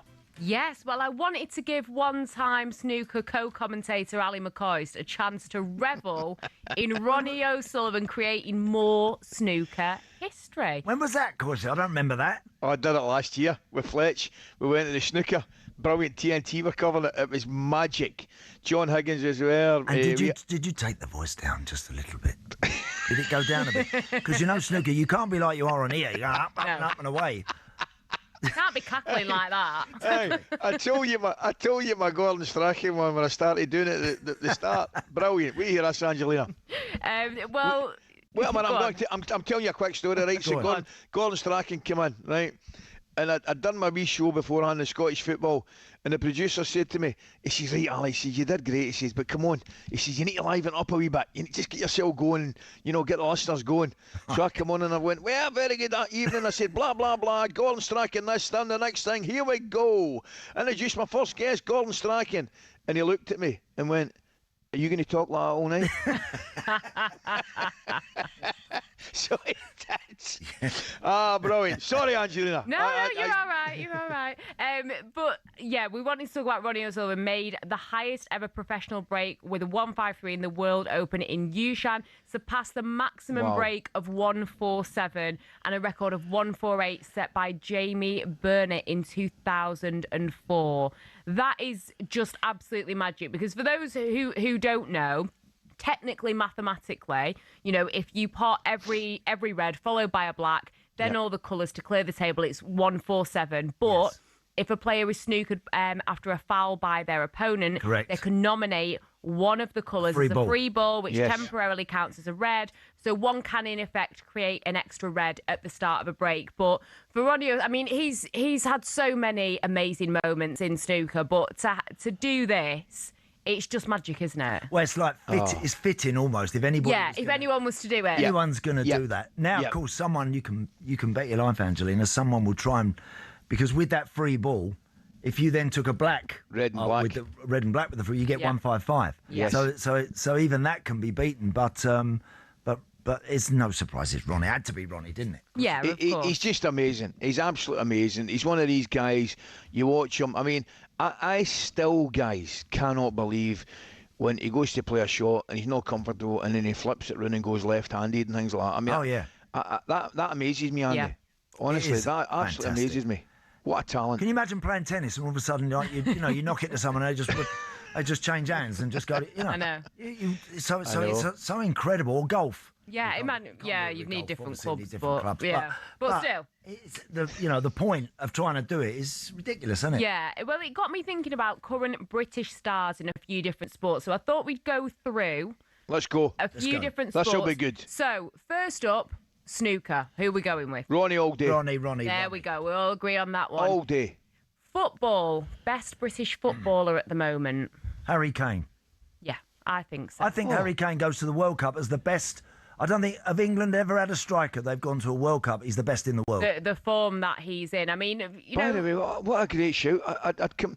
Do you know I'm sitting here thinking to myself, Declan Rice and what Harry Kane. Absolutely, the best in the world, isn't he? He has been unbelievable. Yeah. I think if Bayern Munich win the Champions League, which I think they've got a very strong case, and if Harry Kane goes to the World Cup and whatever happens with England is the star of the show, I think he should be in for a Ballon d'Or. Because I genuinely, the amount of goals that he's scoring. Absolutely, so he should be in the running. Right, so we all agree on Harry Kane. Obviously, special mention people like Jude Bellingham, Scott McTominay, etc. All brilliant. But we'll go with Kane. Golf. So Rory McIlroy obviously represented the Republic of Ireland in the Olympics. Bob McIntyre. I'm putting it out there right now. Wee Bob McIntyre. Bob McIntyre's been great, hasn't he? I love wee Bob. I can't get enough of wee Bob. I'm probably slightly biased, but I don't care. Bob McIntyre, it's getting my vote. Yeah, I'm trying to think really, Angelina. Who else? MD else out there at the moment? Tommy Fleetwood's had a great time, hasn't he? Tommy Fleetwood's magic. Tommy's been great. He's had a great year. Yeah, fun fact, my mum is actually very good friends with Tommy's wife. Really? Is that right? Yeah. So she sees, my mum works at the airport in Manchester, so she sees his wife and son coming through the airport and they have a catch-up and stuff, and she's like, it's just wild that my mate's Tommy Fleetwood's wife. So we'll go with that. I'm putting a line through wee Bob due to the fact your mum knows Tommy's missus. That's good enough for me. There we go. Good enough for me. Line through wee Bob. Sorry, Bob. Wonderful. Right, next we've got darts. There's only one. Has to be. It's got to be Luke, hasn't it? It's got to be Luke. Yeah. Has to Look be. at you. Has to be. Yeah. And rugby. I'm biased again. I'm going for Finn Russell. Finn Russell came to mind. Finn Russell, absolute genius. Yeah. Genius. Any other sports we want to mention? F1 could do a special mention or anything else? Lando, Lando Norris. Okay, so we've got a few there. So I now want you. So let's stick with snooker, football, golf, darts, rugby. I want you to rank them 1 to 5 with star quality. Oh. So right, Ronnie's number 1. Yes. Ronnie's number 1. Star. Yes. Ronnie's your 1, isn't he? Ronnie's 1. Okay. Where's Harry Kane sitting? 2. I'm going Harry Kane. Would you go Harry as number 2? Right at this moment in time, Harry Kane. You wouldn't go Luke as number 2? No. No. I'm going Harry Kane. Okay. Does that put Luke in number 3 or? Yes. 3 has got to be Luke the Nuke. It's got to be, isn't it? Yes. We can't put Tommy in last because that'll, you know. Well, I think due to the fact, due to the fact he's only got in there because your mum knows his missus. I think he's got to come in last. I mean, I know, it might cause a bit of consternation. I've got to go home and deal with this, just so you know. So you got Lando and then Tommy. That's what you've done. Yeah. Well, are you and happy then with Finn Russell. Finn Russell. He's just floating around, or currently he's in number 4. Oh, Finn's coming flying in, certainly above Tommy and Lando. I think Finn might go on the podium with Luke. I'm telling you, I think they might be joint third. The two of them sharing that bronze. Oh, we can't do in joints, can we? We've got to be clear cut with this. Right, I'm not having, messing about. Finn Russell after that Six Nations is third. Luke's off the podium. Sorry, Luke. Okay, so we've got Ronnie O'Sullivan. Yes. Harry Kane. Yes. Finn Russell. Yes. Then Luke Littler. Luke Littler. Yeah, that's what we're going with. Then Tommy Fleetwood 5. Well, yeah. If it gives your mum a break, if it cuts your mum a bit of slack, yeah. Only if it cuts your mum a bit of slack. Thank you very much. That means a lot. That was quite painless. That was, yeah. I thought it'd have been more painful than it turned out, Angela. Yeah, there's no rowing. We were all very well behaved and very proud of us thanks for that. Great stuff. Great stuff, Angelina. Coming Thank you. up next, give your queuing up if you're saying Ben White. We'll be taking some calls later.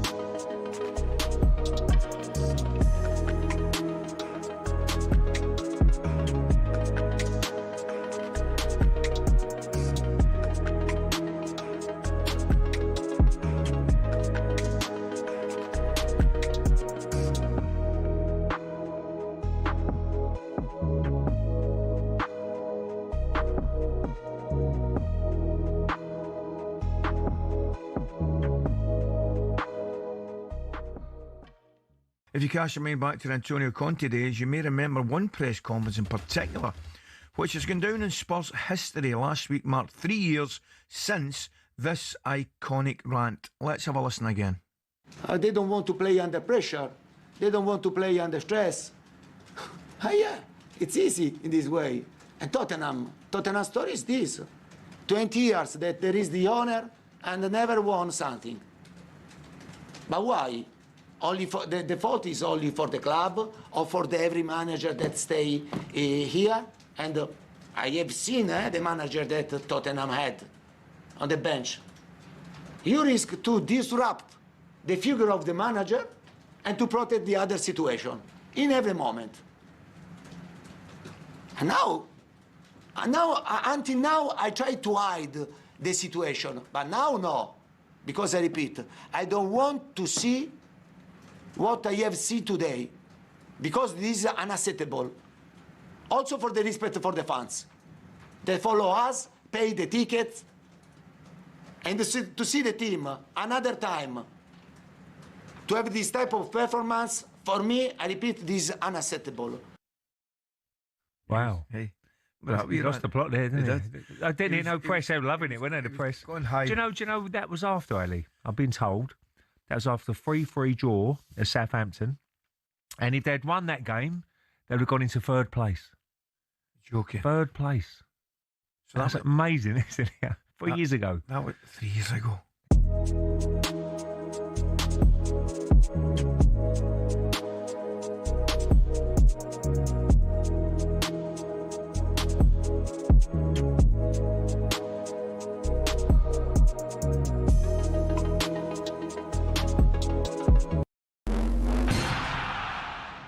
Over the last few years, Formula One has gone from elitist and insular to a global entertainment brand. The transformation's down to American investment group Liberty Media, who cultivated a new image for the sport since buying it in 2016. Better access to drivers, improved content on social media, and tapping into the US market have given F1 a massive boost in both attention and revenues. But is everyone happy? The fans certainly are, as evidenced by Drive to Survive. Almost 7 million people per season have tuned in to get all the gossip and all the drama from the paddock. The extra exposure means the drivers can demand a higher salary too. In 2010, the top drivers were earning $20 million a year, which isn't bad. But now, the very best earn 3 times that, with Max Verstappen getting a whopping $65 million in 2025. But money doesn't always buy happiness. Some drivers, including Verstappen, don't like the pageantry the changes have brought about. In Las Vegas in 2023, Verstappen said the drivers were made to look like clowns, and the event was 99% performance and 1% race. Some purists who still watch the sport feel the same, and that the spirit of competition has suffered. But Formula One and Liberty Media don't look like slowing down anytime soon. So expect more races, major events and exclusive access in future.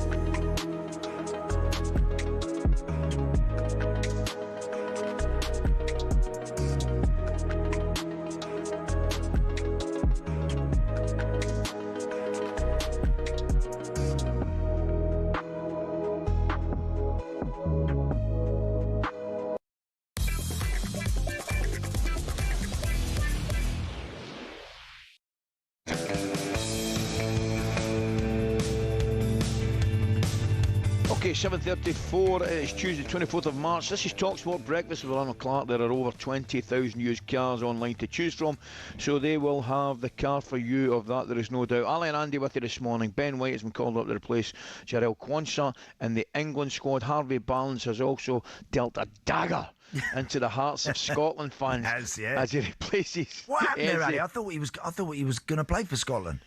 I thought at one point was it not nearly done and dusted? I think he came up and we'd a look at him, we didn't fancy him, Andy. I went along and watched a training session with Stevie. Said that. And he didn't show enough, Get mate. back down the road. No, I says, get yourself into that. Thomas will have you down the road. I said, we've got plenty on that left side, I said, you know. So it was a bit of a blow, but he took it well. He took it all right, Andy. I've got to say, he took it all right. We're going to have some calls on Ben White. John's a Man United fan. John, good morning. Good morning, chaps. How are we doing? All right? We're in top form, mate. What do you think? What have you got to say, my friend? Well, there's two things. The first thing is everybody deserves the second chance in this life that they get given. Fair enough. On the planet, everyone deserves a second chance, and this is Ben White. Now, the other aspect, players for going rogue, not turning up to training like Alexander Isaac did.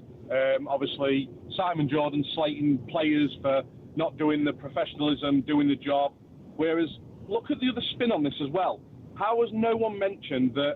How do we not know that Steve Holland and Gareth Southgate didn't act unprofessionally in their job by mistreating or vilifying Ben White for them acting above their stations and making him look foolish in front of his teammates? Yeah. So the only option he had was to leave the squad. Yeah, well, we don't, John. And answer your question, we don't know, and that's the thing. But where I would back up what you're saying there. the fact of the matter is, Thomas Tuchel will know exactly what happened, when it happened, and what went down. And if it doesn't bother him, I'm saying it doesn't bother him. If the reason for it isn't strong enough to keep him out of the squad, then I think everybody has to accept that. I just think that Southgate and Steve Holland, the manager, coach, assistant manager, I think they should have put their differences aside. Whether they give him a tape and he didn't watch it, that's questioning his professionalism as a footballer, which them two have acted unprofessional in their manner by doing that, as well as also not sorting this out in-house and moving forward to make the England team as best they can going into a World Cup. Now, they should have done that to make us better as a team, and they didn't. So they let us down as a nation, as a manager and assistant manager. Do you not think? John, I think it's quite laughable, honestly, in lots of ways, that it came to a situation where Ben decided he's got to walk out the door, and Gareth and Stevie Holland are happy to let him go over that. There is so much to fall out over in football. There's so much you can fall out over, Ali, isn't there? Yeah. And that genuinely is not one area where you should be having issues. Should never have come to that. No, it should never, ever have come to that. We've got another caller. Steve's a Bolton fan. Steve, good morning, mate. Good morning, fellas. Thanks for having me on. Thanks for calling, mate. First thing, Harvey Barnes has made absolutely the right decision, Ali. Well, do you know something? Time will tell on that, Steve. It will. I've got a slightly different take on this. We're clearly never going to get to the bottom, certainly in the near future, about what actually went on with Ben White. Yeah. I'm a bit more, what has he actually done to deserve to be in an England squad at the minute? I'm with you on that one. I'm probably of a different age. I'm going to quote Neil Warnock. You've got to die to get an England shirt. I'm struggling to understand, because of all the controversy as well, what would be the point of his inclusion? I don't think he's going to make the squad for the World Cup. It's causing all this kerfuffle, and I don't think he's done anything that merits him being in an England squad. I know the under-21s have got qualifiers, but Archie Gray has played in multiple positions, so he's demonstrated his versatility. He's played very well in a really underperforming team. Surely he's a much better option, and he's got the potential to be in multiple squads as time goes on. I just don't get the need to have all this controversy about somebody, and this was bound to happen. Interesting. Thanks very much, Steve. I've got to move on. Good point, Steve. Good, yeah, but absolutely, very valid point. Okay, mate, this weekend, the future heavyweight champion of the world, Moses Atoma, takes on Jermaine Franklin. I think it's in Manchester. We're going to look ahead to that fight right now with DAZN. Big fight build-up on talkSPORT with DAZN. Watch Moses Atoma versus Jermaine Franklin this Saturday, only on DAZN. Sign up now at DAZN.com. Yeah, that's correct. Big Al's favourite boxer of all time. Moses Atoma is taking on Jermaine Franklin, coming off in the back of 3 straight wins. Jermaine Franklin joined Jim White and Simon Jordan in the studio a few weeks ago and previewed this particular fight. I see small stuff I could capitalize off of. I have the ring experience to be able to show different looks and give different looks. So he hasn't really been tested as far as someone seasoned that can just give him different styles, change the looks up, not someone that's just going to sit there and be a punching bag. So do you think, I mean, he's never gone past 2 rounds so far, Jermaine.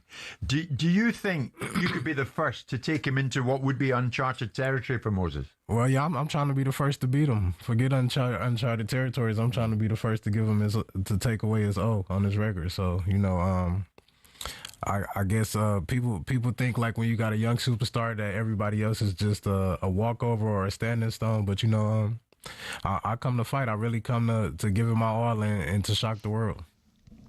Well, it's going to be interesting. We're bringing a man who'll be there in position for us in Manchester on Saturday for the fight. Spencer Oliver. Spencer, good morning, pal. How are you? Morning, Spence. Morning, gents. How are we both doing? We're in top form, Spencer. Top form. Now, tell us, mate, what is Jermaine Franklin going to bring to the party that's going to stop this fella? Because we saw the last time, I think it was in 2 minutes, the damage he did to Dillian White in Saudi Arabia. He looks the real deal. 13 wins, 11 knockouts. What's Jermaine Franklin going to do that's going to be different, mate? Well, listen, I think what they brought Jermaine Franklin in for is to see if they can give Moses Itauma the rounds that he needs. You know, you talked about it, 11 of his 13 wins have come inside the distance. 8 of those have come in the first round. Yeah. He's a spiteful young southpaw who everybody's talking about being the next heavyweight champion of the world. And I think that is imminent. I think that we do get that with him. But Jermaine Franklin's a tricky old customer. Only been the distance, only lost twice, and they was both on points to Anthony Joshua and Dillian White. And that was back in 2022, 2023. So look, he's durable. I've seen him up close and personal in the gym. I've seen him training in training camp with in Don Charles's gym, actually, Jermaine Franklin. And he's tough, he's tricky, and he should, and I say should, give Moses Itauma the rounds. But Moses Itauma, as we know, is just, Dillian White was brought in for that job, by the way, last time out. Dillian White was a guy that, he's got to get rounds with Dillian White, and he absolutely annihilated him in a round. So it's an interesting benchmark to see where Moses Itauma's at, because they are trying to get him the rounds, but the experienced guys that they're putting him in with, the kid's blowing him away. He is going to be a superstar for sure. What's the difference, Spence, between Moses Itauma and the likes of Joshua when he was first appearing on the scene, Tyson Fury when he was a young boxer back in the day? What's so different about him that's making everyone so excited about his future? Well, do you know what it is? I think it's not so much Anthony Joshua and Tyson Fury, because I think there was a load of hype around these two guys and talking about them being future world champions, and they went on to achieve those heights. And look at the careers that them two have had over the last decade. You know, they've been in with the best, and they give us many nights and many nights of entertainment, but they are in the twilights of their careers. You know, it could possibly be the last year for both of those guys. I don't even know if we'll see Anthony Joshua in the ring again, after the tragic circumstances that he went through. Tyson Fury, we know, is going in against Arsenal-backed Makhmedov, who's a great test for Tyson Fury on April the 11th. So, but them guys are very much at the end. Moses Itauma is a very quick, very powerful, spiteful young southpaw. Big comparisons with a young Mike Tyson. He's going through fighters like a knife through hot butter. That's probably the best way to describe it. This kid, there's something special about him. Spence, I meant something that catches the eye. Yeah, sorry, mate. I meant how much better is he at this stage of his career than the likes of Fury or Joshua? That was what I meant. I think the comparisons are pretty much the same. There was a lot of excitement, a lot of hype around Anthony Joshua after winning the 2012 Olympics. And him turning when he was going for everyone, knocking everyone out. There was a lot of excitement around him. But Moses Itauma is that new guy, the new kid on the block. When you're comparing he's on that sort of level for sure. Maybe more so because of the way that he's going through these fighters at the moment. So the comparisons are very similar, really. But what we can guarantee is, look, Anthony Joshua, Tyson Fury have been, carrying British boxing for the last decade. Moses Itauma, I believe, will carry it for the next decade. That's probably a better way of putting it. Yeah. Spencer, tell me, mate, been well documented, obviously, John Fury's views on Tyson fighting again. The fight, as you mentioned, against Makhmedov coming up in April 11th. Will that affect Tyson, that kind of public, not so much spat, but, what families are like? All families are roughly the same. What goes on behind closed doors, goes on behind closed doors. But clearly he made his views crystal clear on where he thought Tyson should have been. Do you agree with him, or will the proof be in the pudding come April 11? Well, do you know, it was an interesting one, because I went up actually to interview John Fury, knowing what I was going to be in there for. That's out on, you can catch it on YouTube actually on Playbook. I watched it, interview. Mate. Brilliant. Yeah.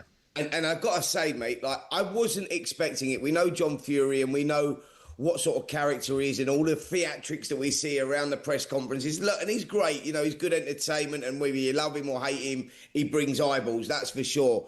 But I saw an emotional side to him when I went up there, and he sort of opened up to me, talking about the broken relationship, obviously, with himself and Tyson Fury. Tyson Fury could keep all his millions. He didn't like the team that was around him. And most importantly, and this is the thing that really surprised me, guys, is that he said he was talking as a father and how much he loves his son and what he's achieved. What is he trying to achieve now?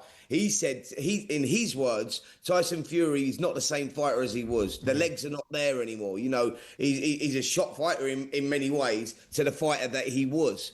And that was really interesting for him to say that, but very honest as well. So, I feel that he said that he's not part of this camp because of the people that are around him. He didn't like that. And, him and Tyson are not on great terms at the moment. So it was a deep, deep interview, man. And it was like, it was an interesting one because I saw a side of John Fury that we hadn't seen before. like I say, you know, whether you love him or hate him, I saw the fatherly side, the emotional side of him, that where he had concerns about his son still competing at this stage of his career. Yeah, good point. Brilliant, Spencer. Just before we go, mate, can you give us a prediction? Looking forward to your work the weekend. Prediction, Atoma Franklin.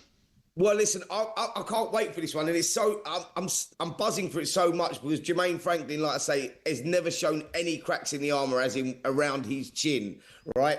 But I think Moses Atama goes out there and I think he gets the job done, and I think he wins this fight inside the distance. And if he can make a statement and continue that run of first and second round knockouts that he's been doing in his last 8 or 10 fights, then that will be like saying, look, this kid is going to be the new kid on the block. Not if, but when. And that could be 2026. Moses Atama for me by KO. Brilliant, mate. Enjoy it. Keep up the good work. We'll love to work with you, Gareth, Adam. We've got the best coverage in a lot, pal. Keep it going. Cheers, guys. Thanks so much. Spencer Oliver there, talkSPORT fight pundit and part of the Talk Boxing team. Absolutely. We've got the best in the business. There is no doubt about that. Up next, who would be on Manchester City's... Oh, did I say something else here, Andy? That was very close, wasn't it? Dear me. Oh, that was close. Well out of there, son. Well out. Oh, I just... That was like you've just put your drive into a big divot and you've somehow managed to get it out and get it onto the green. That's it. There's the reverse. Here it's coming. Here it's coming, Andy boy.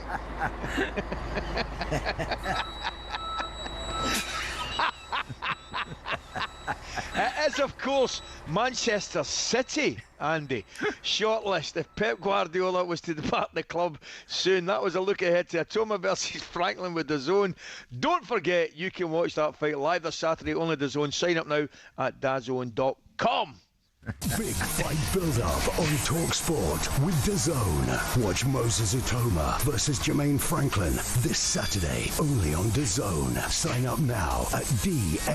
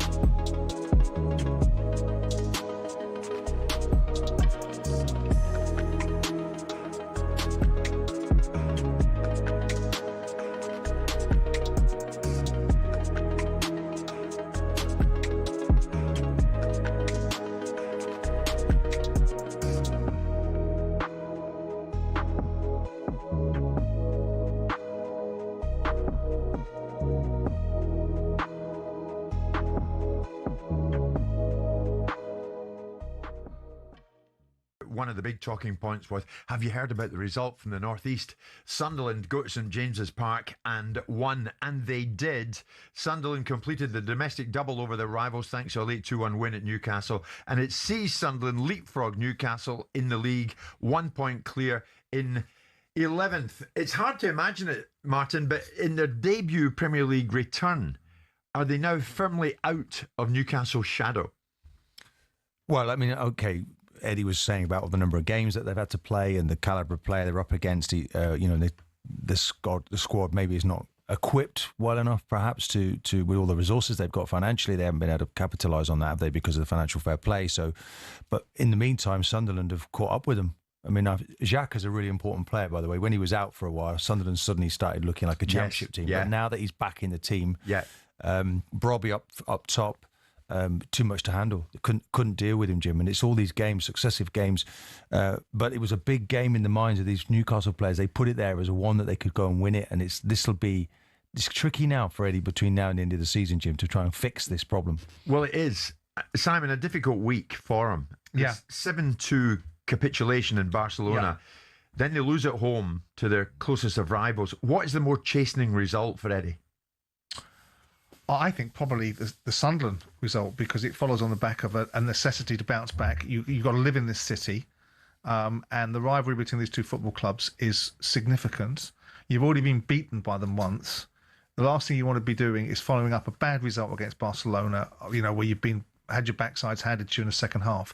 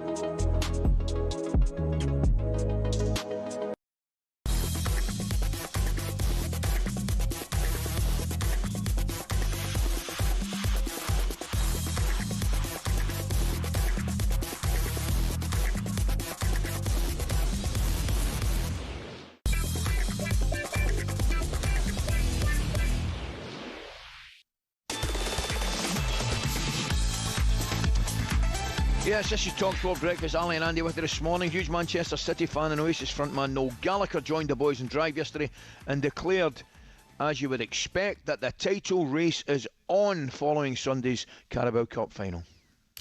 Why Pep was celebrating it big because he knows, do you know what I mean? As big as that first trophy would have been for Arsenal, I think if Arsenal would have won it yesterday, we might as well have all packed up and gone home. But now that City have won it, you know, if Arsenal are running away with the league, they've been kind of shot in the thigh yesterday, so they'll be limping for a while. And it's good for the league that we've got 2 weeks off so they can sit and stew about it. And then the first game's back at FA Cup games. And then it's all to play for now. I mean, I'd still, if I was a betting man, I'd still put money on Arsenal, but it's certainly all to play for. Interesting. Talks a lot of sense, no, he really does. He does. He's never far away, mate. Never far away. Get more than a Man City perspective now and cross over to Manchester City right after Athletics. Sam Lee. Good morning, Sam. How are you? Morning, fellas. Really good, thanks. How's it going? Smashing, mate. Thanks for joining us this morning. First thing I would say to you is this, Sam. Before we talk about the game, we will talk about the game. The one thing that really stuck out for me, or one of the things that really stuck out for me, was the reaction of Pep Guardiola. Now, should it have surprised me, mate? No, I don't think so. Like, what were we saying? What were we trying to unpack? Just how happy he was. How like emotional. Yeah. I just think he's seen his team play well in bits this season. He's seen his team have a lot of chances, not score the goals. You know, they had a lot of spirit against Real Madrid and then get a man sent off after 20 minutes. They can never quite get going. So I guess the way he saw them build into the game, and then they actually scored and then scored again, I think he was like, this is exactly what I was hoping for. And in the press conference afterwards, he was talking about how he didn't believe they could do that for 90 minutes against that Arsenal team. He said it a few times. There was different things he couldn't believe they would do. So I guess as he saw they were doing it, he probably thought, this is beyond my expectations. This is a new team that's doing it against, you know, Arsenal, who have been so strong. So, but fundamentally, should we be surprised that he loves winning so much? Not at this point. But maybe the way he was so enthusiastic. And maybe Sammy gets more satisfaction out of it because it's been so difficult at times this season. There's a lot of younger players coming through. This is a team that's evolved and still evolving, and maybe that also gives him just that extra level of satisfaction. Yeah, because you don't know what you're going to get from them. No. I said this to him afterwards, because this time of year in previous seasons, you know, when it was like Rodri, Gundogan, De Bruyne, those guys, it's like he doesn't go into a game thinking, oh, we're going to win this, but he knows they're going to give a level of performance. He knows they're going to be plugged in. And look, if they miss a penalty, if they hit the post 4 times and they lose, then okay, they might not win the title because of it, but he knows the level of performance he's going to get because everyone's locked in. He doesn't know that with this team. They're new. Loads of them were in new finals. When I said that to him after the game, he went, yeah, Trafford's new, Kusanov's new, Nunes playing right back for the first time. Semenyo's just joined. All these guys playing. O'Reilly's, as we're seeing the pictures now, he's young and from the academy playing in his first final. Yeah, exactly that. Like with the old team of winners that won the quadruple, the treble, all this kind of stuff, they could kind of guarantee a performance level and a commitment level. And he wasn't sure whether these guys could do it. And then he saw it happening. So yeah, I think you bang on. It's interesting, Sam, because I think Noel Gallagher makes a brilliant point there, and one that I would wholeheartedly agree with. I think if Arsenal win that game on Sunday, you can almost kiss the league goodbye. But with City winning it and the manner they won it, there must leave a nagging doubt in the Arsenal squad. Yeah, although he was talking about Arsenal stewing on it for 2 weeks. I wonder if the international break might help them. I think it might. Because if they just go away with their countries, they focus on what they've got to do, and then they come back to Arsenal. It's like, right, okay, we got the game then, and then obviously it's the FA Cup, but they then get back in the rhythm that way. So that might help. But yeah, of course, if Arsenal had won, City's belief would have been really low, because the thing for me is that draw against West Ham the Saturday before, that was a bit of a killer in terms of the title race chances. I think their mood was low after that. I think they knew it had gone after that. Yeah. So if they'd lost to Arsenal again, you'd think, yeah, there's no chance. It does make things interesting, but you know, we're talking about why Guardiola was so kind of surprised. Maybe it's because this City team are very good, but they also have bad spells. So if they were to drop points in their next Premier League game, it wouldn't surprise me either. So I think it does make the title race interesting. But yeah, exactly. Chelsea away, they're not doing well, but they could do something against City. But City, yeah, they're a good team. They're a good team. City. I'm convinced of it. Brilliant, Sam. Thanks for your time this morning. Exciting Thanks, guys. times ahead, that's for sure. Thank you. What have we got now? Right, still to come. There's an interesting one I might say to you, Andy. And we didn't have time to get to Sam. Now, you and I will get a wee chat about it later on. I think Wayne Rooney called Phil Foden's appearance in the League Cup final a charity sub. Yeah. Which is a little bit harsh, but anyway, we'll get a wee chat about that probably later on. Still to come on breakfast. Superstar Breakfast preview on talkSPORT with Travis Perkins. Doing what matters for the trade. Find your local branch at travisperkins.co.uk. Okay, later on I'll be getting Andy's blueprint for fixing Chelsea after I thought you were absolutely spot on in your assessment and what you said about Liam Rossinier on Friday, mate, before they get battered away at Everton. Liam, say a little bit less. There isn't an absolute reason for this and a reason for that, and he hasn't got to explain. Always. Spot on, mate. Couldn't have said it better myself. That was our breakfast preview with Travis Perkins. Superstar Breakfast preview on talkSPORT with Travis Perkins. Bricks on bricks on bricks. Over 40 million available to order with delivery to site. That's one less thing to worry about.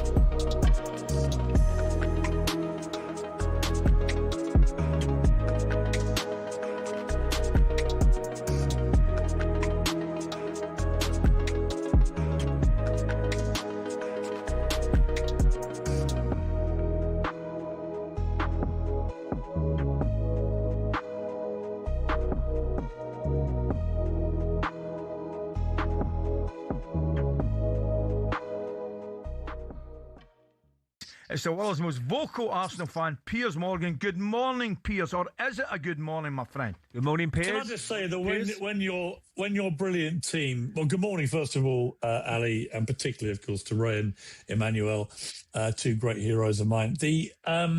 When I agreed to do this interview, obviously I did so in the overconfident expectation that I would be regaling your listeners, and indeed the three of you, with my joyous recounting of Arsenal's triumphant victory. So to say that when I woke up this morning and suddenly remembered what I had to do was one of the worst moments of my life is the understatement of the millennium. But anyway, good morning to you. Listen, we do appreciate at least it wasn't a no-show, Piers. It wasn't a no-show. No, I didn't pull an Adam Brazil. No, there was no slight strain in the hamstring from you this morning, to be fair. Where did it go wrong? Well, we didn't turn up, did we? Yeah. And there is an issue here. I mean, look, I've been listening this morning.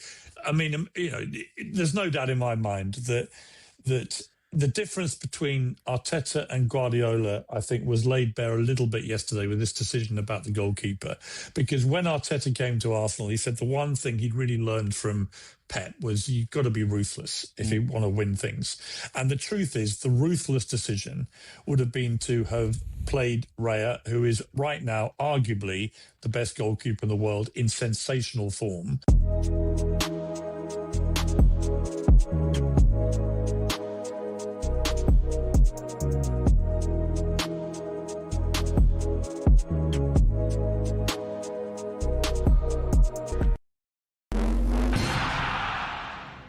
Aguero, Solskjaer, Deeney, Watkins.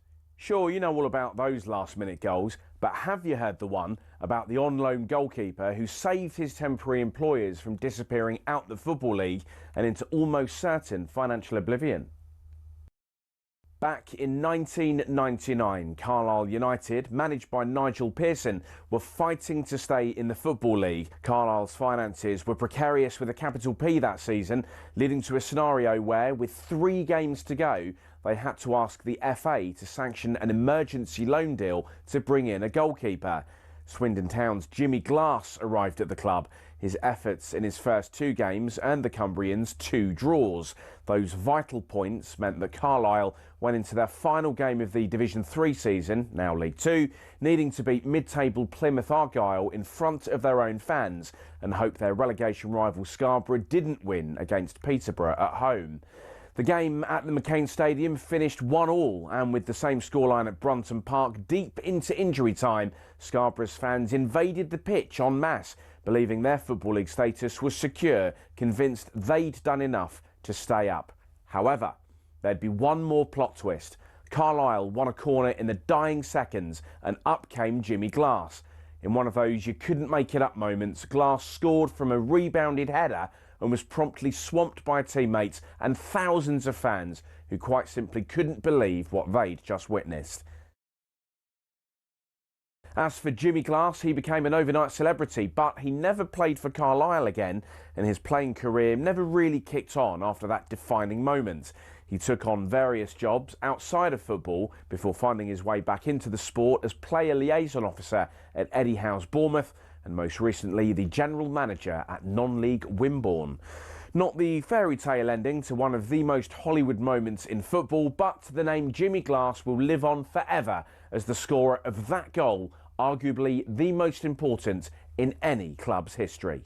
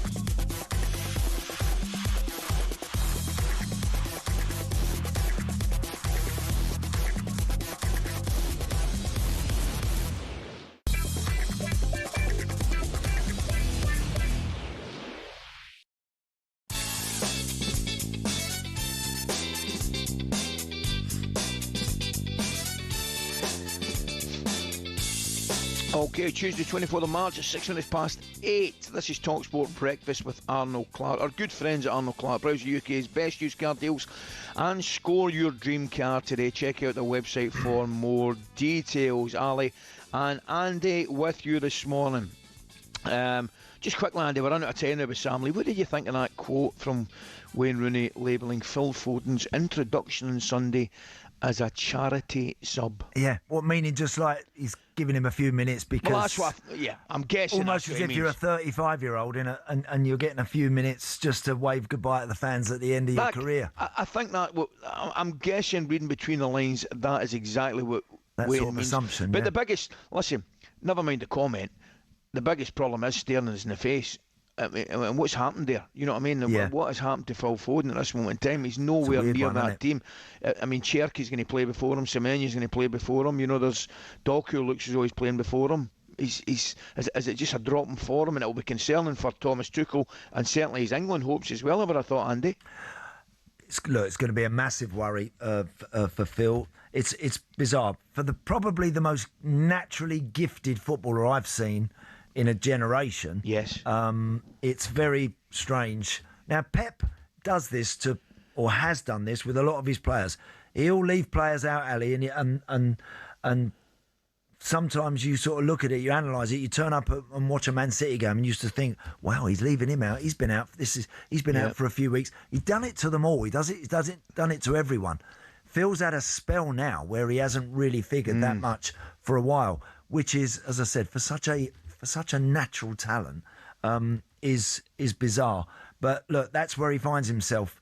I don't know if it's because since Semenyo's come in and Doku, there's the little threat of a bit more pace on the outsides a little bit more. I personally think sometimes when I've watched City and they're bottlenecking everything in towards Haaland with all those gifted footballers, sometimes they lack a little bit of width and don't always have the ability to deliver things with Doku and Semenyo.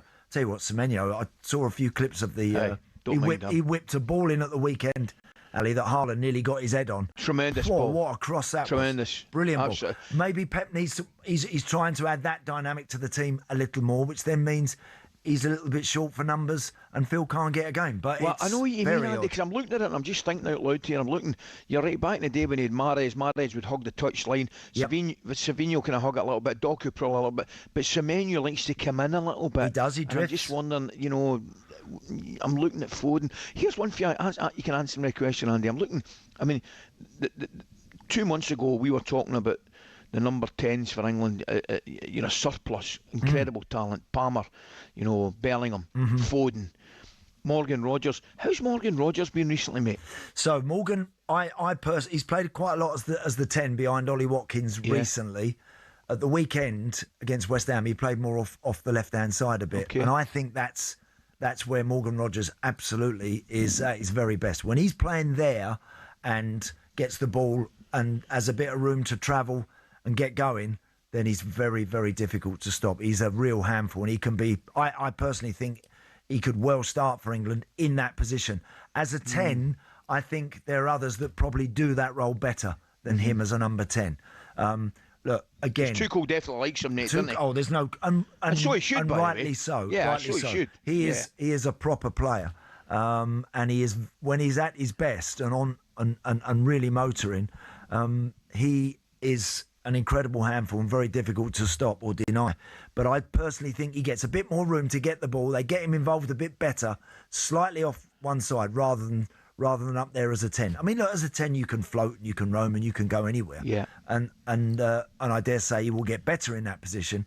But I think right now, I personally think he does more for Villa when he plays just slightly off that on that left hand side.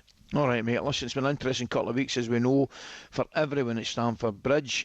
And more interesting or bad news, if you like, for Chelsea, which has just broken. talkSPORT understands Enzo Fernandez is open to a move to Real Madrid this summer. No surprise there. No. A transfer to the Bernabeu would be viewed as a dream move for the Chelsea vice-captain. Is that one or two of them just beginning to think maybe jumping ship here, Andy? Yeah, look, and player turnover at a club like Chelsea is always significant. It happens. For him, I don't think Enzo has been unbelievable since he's come to Chelsea. He's had moments where he's pinched a few goals and he looks decent, but I don't think... I think if you were able to get... Well, I don't know what sort of money you would get. I would only imagine it would be...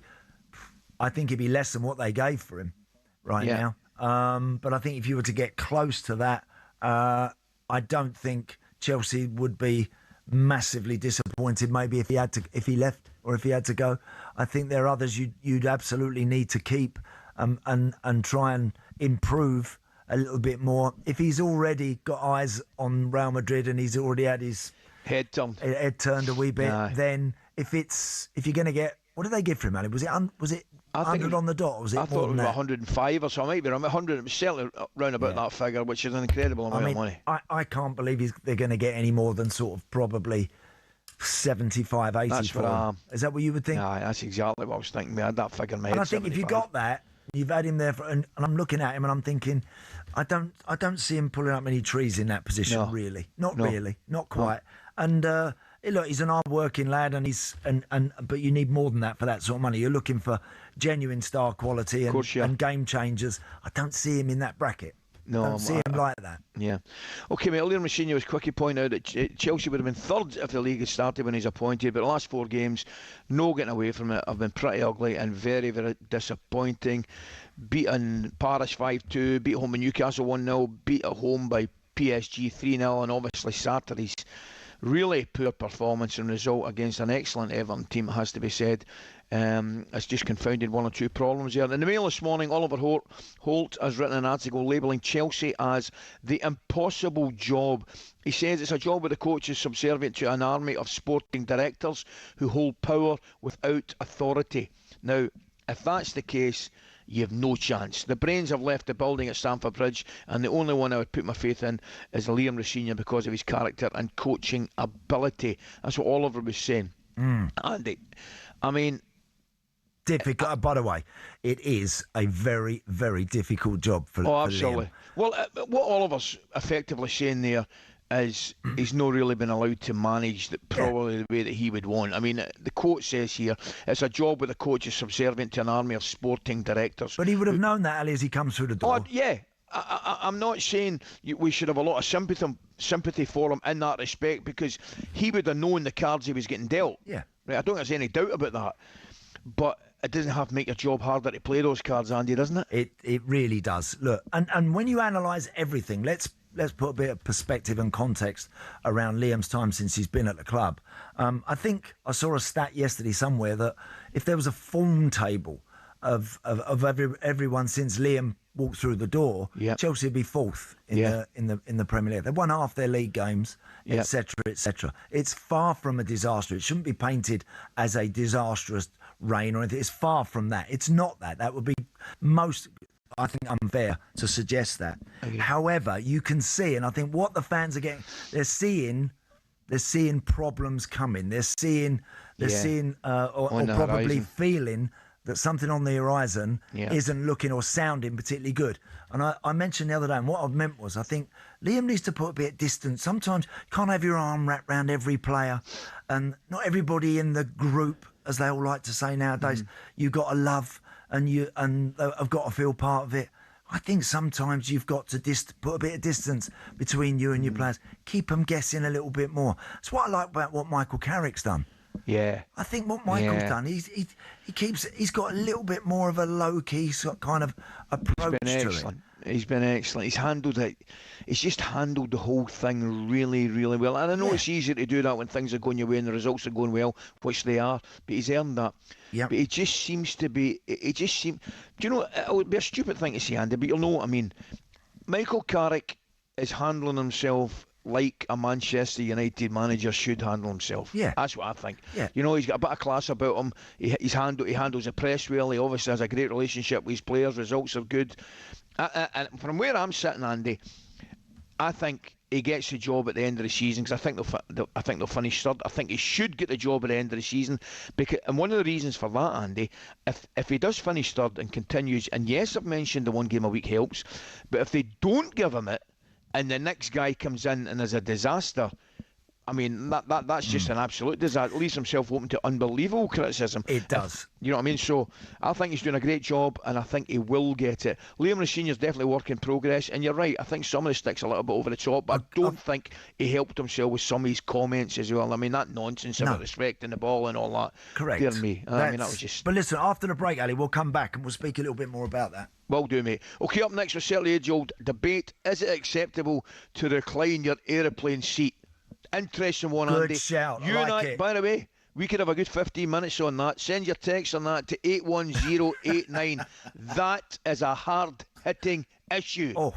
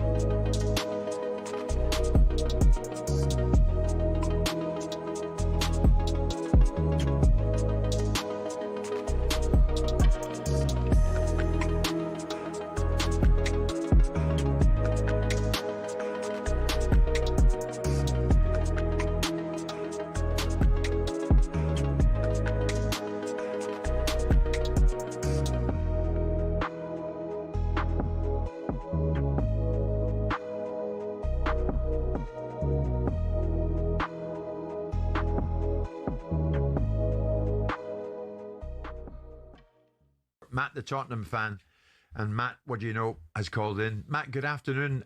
Where are you at after that home defeat to Forest, mate? Well, guys, nice speaking to you.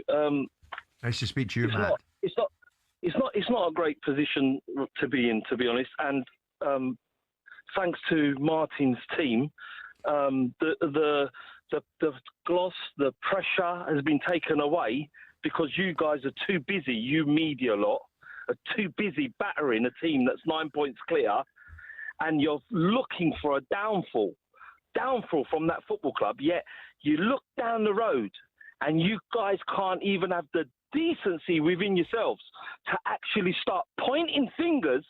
And all you want to do is blame manager after manager and that player and the other player, but you just can't bring it to yourselves to actually go, do you know what? It was that previous chairman, that parasite, which I'll never give him airtime to say his name because he's Simon's mate, who he can't even have the guts, because he's too busy protecting his mate, to have the guts to actually go, do you know what? Actually, it stemmed from him because they...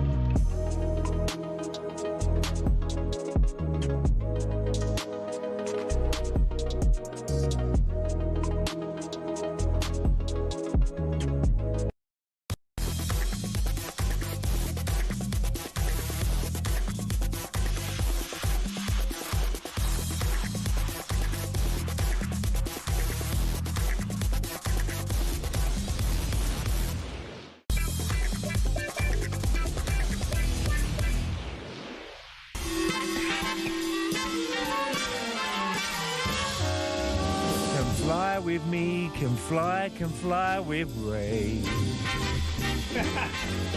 If you could use some Cobra bombing booze, there's a bar where you'll find Ray. So come fly with me, can fly with Ray.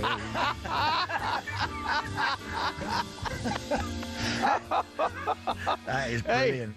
Hey, seriously. Andy, did you ever hear the one where he was doing the lines for the films with me? No, go on. Was he brilliant? I can imagine. Andy, we need to find funny, it and let you play it, right? Right. Remember the one, the brilliant film, Bruce Willis. What was it called again? When the beat Sixth Sense, right? Oh yeah, Sixth Sense. Yeah. Good well, the line was when the wee boy says, Andy, I'm going to play it, right? When the wee boy says, I see dead people, yes. Right?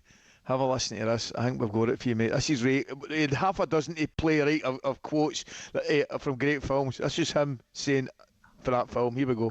I want to tell you my secret now.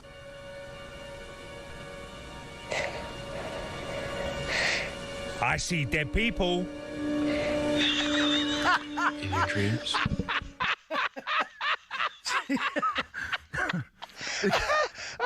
The context was slightly different there, wasn't it, Ray? The director might have said, Ray, have a go at that one again. Again. Oh, that's funny. The director would have said, you're sounding like one of them, Ray. It'd be quite funny. Brilliant. Oh, man alive. It's priceless. Absolutely priceless, mate. Oh, wonderful. Anyway, here we go. talkSPORT Breakfast. Ally and Andy this morning. Stories caught our attention in page 6 of the Times this morning, explaining that from 2028, the airline EasyJet will install next generation seats on a new aircraft. I'm applauding. I'm applauding. What are they? These will allow passengers an extra 2 inches of legroom and the ability to sit back and recline their seat slightly. Right? Right. Now, I've got a couple of things. I'm on that plane more than most, right? There's a couple of unwritten laws, right? You should only be allowed to recline your... you should be allowed to recline your seat, but not when there's any food being served. Right. Clearly. Like that's my unwritten law. Because the fella behind you's got it all over his trousers. Correct. He's wearing his chicken curry if I'm in the seat in front. Right. There's no danger. He's wearing his chicken curry. Right. And secondly, and just as importantly, right, you know when you get in there and there's 3 seats and there's that wee fight. It's like the Lions parading about who's the king of the pride. Yes. For the armrests, right? The middle seat should command both armrests. I firmly believe Very contentious, that. It's contentious, but I firmly believe it. I firmly believe the middle seat, because you're in the middle, you should get the right and the left. The guy in your left can have a left, and the guy in the right can have the right. Okay. What's your take on that? That is a very, very good question. I mean, look, I always, if I can, I'd always rather have a window seat. Do you? Or not? Oh, mate. That's all I want. I just want a window seat so I can put my jacket in and go to sleep. Exactly. Stick your head on the window and you can get half an hour's kip or whatever. I'm not a good sleeper on a plane, so I always like to have a window if I can shut my eyes for half an hour, and that'll do. But I've never really thought about the armrest scenario. But there is a bit of nudging going on, isn't there? With the people next to you when you get going, there is a little bit of sort of like he's just a little bit too far over the halfway line with his left arm. It's just a little bit too far. And then you crack. You know, I don't want to let him know that he's bothering me. No. But I want to show enough here that I'm not going to be a pushover. Correct. Do you know what I mean? That's exactly it. And exactly it. You got and to then stand it becomes it's tactical warfare, isn't it? After that, brilliant, mate. Ali, that reclining of the seat, when someone reclines it and it comes at you with a bit of a bang as well, you know. I hate that. Right? And then they take about the next 30 seconds to get comfy, so they're sort of bouncing in it a bit. I know. I must admit, there have been once or twice when I've given it a little shove back. Oh, absolutely. Have you? Oh, but well within your rights. Yeah. Just to let them know. Just to let them know, hold on a minute. Yeah. Yeah, exactly. But there is nothing worse, actually, particularly, I mean, there's some of the ones that are cramped, man. Your legs underneath, you try to stick your legs, it's murder, mate. Yeah, no, it is. It's not good. It's not good, but we've all got to do it, otherwise we don't go anywhere, do we? Absolutely. Window seats all round, mate. We're going to the latest odds with Coral and Simon Clear. The Coral Daily Download on talkSPORT with Coral. We're here for the fans this season. 18 plus, gambleaware.org. Well, we're going to go straight ahead to one man that certainly does not have a problem with reclining seats on planes because he doesn't sit in that compartment. He turns left. It's Simon Clear, onto the plane, turn left, sir. Look, hey, listeners all over the country thinking never end up in a seat next to Ally McCoist, I think is what they're thinking. You know, we're in for a warfare for an hour and a half or however long the flight is. I'm an aisle seat man, to be honest. I feel less claustrophobic knowing that I can escape to the left. And, you know, you get the old bang on the elbow from the trolley. Yes, oh, that's the one. That's the one, mate. See, my problem with sitting in the aisle is I'll carry the away and stick my right leg out, and then he runs over my leg. That's the problem. When the trolley decapitates me up from my ankle down, you know what I mean? God. And Simon, also with the aisle seat, if you do want to have a kip, and then all of a sudden you get, excuse me. Well.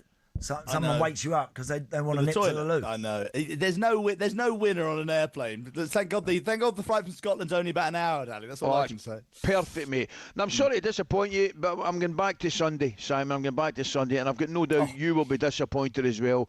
Well, Andy and I were talking about it, mate. It was so un-Arsenal-like in that second half. Manchester City played exceptionally well. Didn't think there was an awful lot in it first half, but City, I mean, thoroughly deserved the victory second half, didn't they? They were magnificent, yeah. I thought watching it, funny enough, you know, it's funny. Kappa's error was obviously a bad error, and it cost them the goal. But the goal felt like it was coming, didn't it? And the worst thing was, it didn't feel like Arsenal had any reaction to it, either from the manager or the players. You know, I thought ultimately, look, do you remember the old days? If you're getting pressed like that, and then you're wondering whether to play short and then kicking it straight away. They're basically kicking it back to City, but the defenders are on the edge of the box. Don't you just wave the defenders up to the halfway line, smack it right, get all the players out on the right, and just win some position up the pitch miles away from your goal to relieve the pressure, like old school, like Jack Charlton. Andy. Yeah, I mean, Simon, you're in the wrong business. I tell you what, you need to apply for the Spurs job. You'll get it.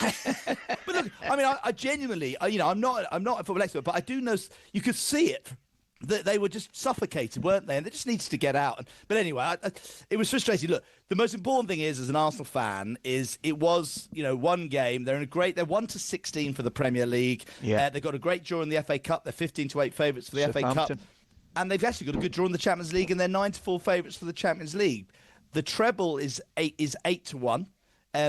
Which feels a lot shorter than it feels as an Arsenal fan. It probably is. I think Arsenal fans would take the Premier League title now, and that'd be great. If they could get another trophy on top of that, that'd be absolutely, heaven. But it's definitely a downer. And the very interesting thing you're discussing is that break a good thing to refresh themselves, get back, go to international break, go back, or does it sort of mean that the wounds fester from Sunday? Who knows? What's the domestic double, Simon? What's the domestic double? That would interest me more. Yes, 2-1, 2-1 the FA Cup and the Premier League. That's still a shortish price. I mean, because of the FA Cup draw, Simon, because they've got Southampton, and who are going well, by the way. They're going well. They certainly are. It won't be easy, but because of that draw, I understand that price, which is interesting. Look, they got to bounce back. They got to respond. They've got to pick themselves up and get the next couple of games sorted out. I think they will after the international break. Simon, listen, obviously no Constitution Hill at Cheltenham, but declared for Kempton, and that'll create marvellous interest. It will, and look, they pick. So this is really the sort of the poster boy for jump racing, even though he's no longer a jump horse. Constitution Hill, the crowd at Southall a few weeks ago when he made his debut, put up that amazing performance, was huge. He's now going to embark on a flat campaign, but the next step is Wednesday night at Kempton Park. Normally there'd be 200, 300, 400 people there. There's the potential to be a couple of thousand there. I think it's £16 to get in advance, 19 quid on the door. Ryan Moore's in the plate. We're betting he's 1-8 to win the race, but we're betting on distances like 1-2 to win by 3 or more lengths, 8-1 to win by 10 or more lengths. I think he won by 9.5 at Southall. It's 13-2 to win by 9 or more. But he's a very special horse, and I think if you had a loose end on Wednesday night, and for racing, the fact that this is one of the quietest weeks of football, for example, means there's not an awful lot else going on. So it gives racing a great chance to, on a quiet night at Kempton under the floodlights, to have a pretty big night in the sun. Simon, I haven't seen you since Cheltenham. Can I just ask you, remember all the fuss at Cheltenham about the going and about the ground? And all the threats about, I'm not going to, Willie Mullins said he's not going to, or he was, threatening mildly perhaps, that if this is the way the ground's going to be or if this is the way we're going to be treated, I won't bring me horses. I never had the chance to ask you about all of that. I think it was a lot of fuss about nothing. I mean, it revolved in many ways around one horse factor file. I think they took him out. They really wanted sort of softer ground. There was the potential to water the ground, obviously, which is kind of what they were almost pressuring the clerk of the course. But the thing is, the racing was fantastic. There were nearly every horse who was declared ran. There were very few horses who were pulled out because of the ground. And I think the trouble with it is sometimes the trainers do use their position occasionally to try and put a bit of pressure on the clerk of the course. I suspect this Cheltenham is the Olympics of jump racing. Willie Mullins had 8 winners. He had 10 winners last year. I suspect that next year Cheltenham, every single horse that Willie Mullins wants to run at Cheltenham will run at Cheltenham. So it was probably a bit sabre rattling. But Factor File now goes to Punchdown, where he'll take on Gaelic Warrior in the Ladbrokes Punchdown Gold Cup end of April. That's looking fantastic. I think the Jukebox Man may well run for Harry there. So that'd be a sensational race. So, we got a box over there if you fancy coming. There's a shock. Andy, we're in. That'll do us lovely. Simon, we're the very boys to take you up on that offer. You know that, don't you? I know you are. Thanks, mate. You enjoy your next couple of days. We'll see you soon. That was a look at the latest odds with Coral. 18+, gambleaway.org. Big thank you to Simon there. The Coral Daily Download on talkSPORT with Coral. We're here for the fans this season. 18+, gambleaware.org.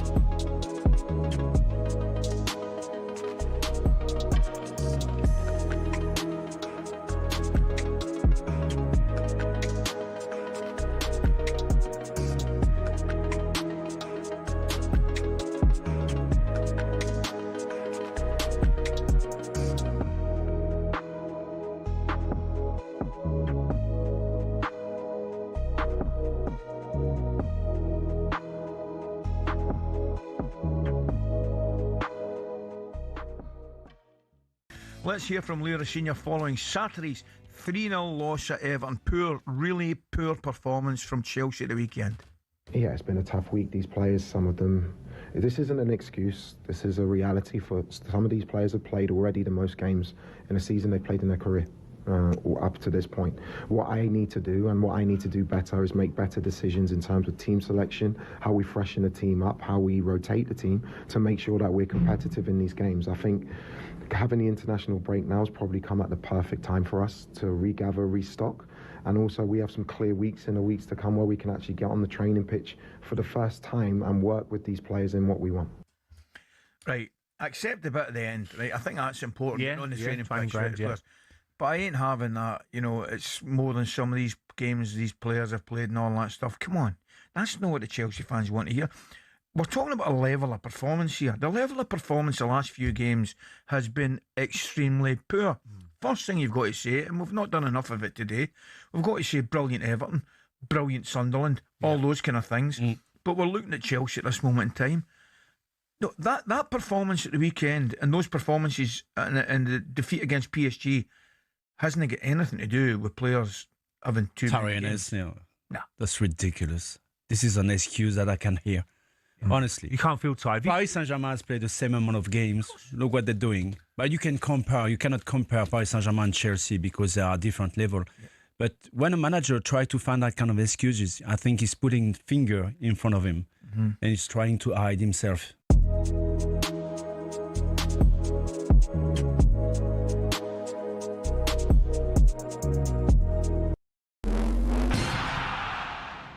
Tyson Fury, Floyd Mayweather, Canelo Alvarez.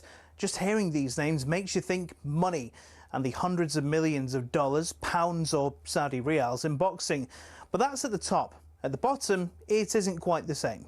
Even for those on the rise, there's not an awful lot of cash in the boxing world. And if you're just starting out, well, it can be a very costly exercise indeed.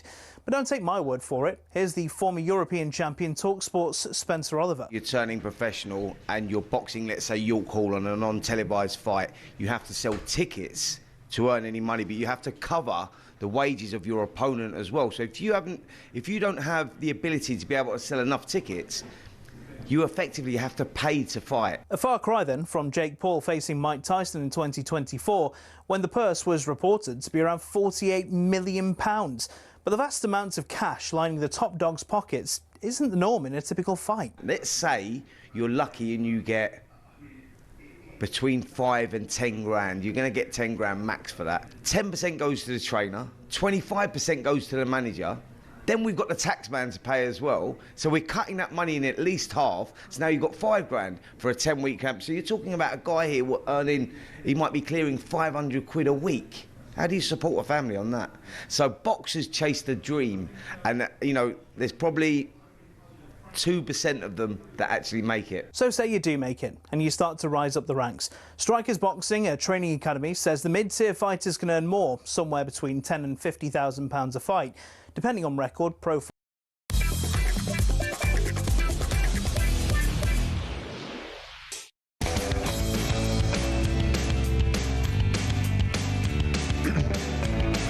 Ali, quick, before you go anywhere, you carry on. David Bromley says video armrest review, VAR on planes.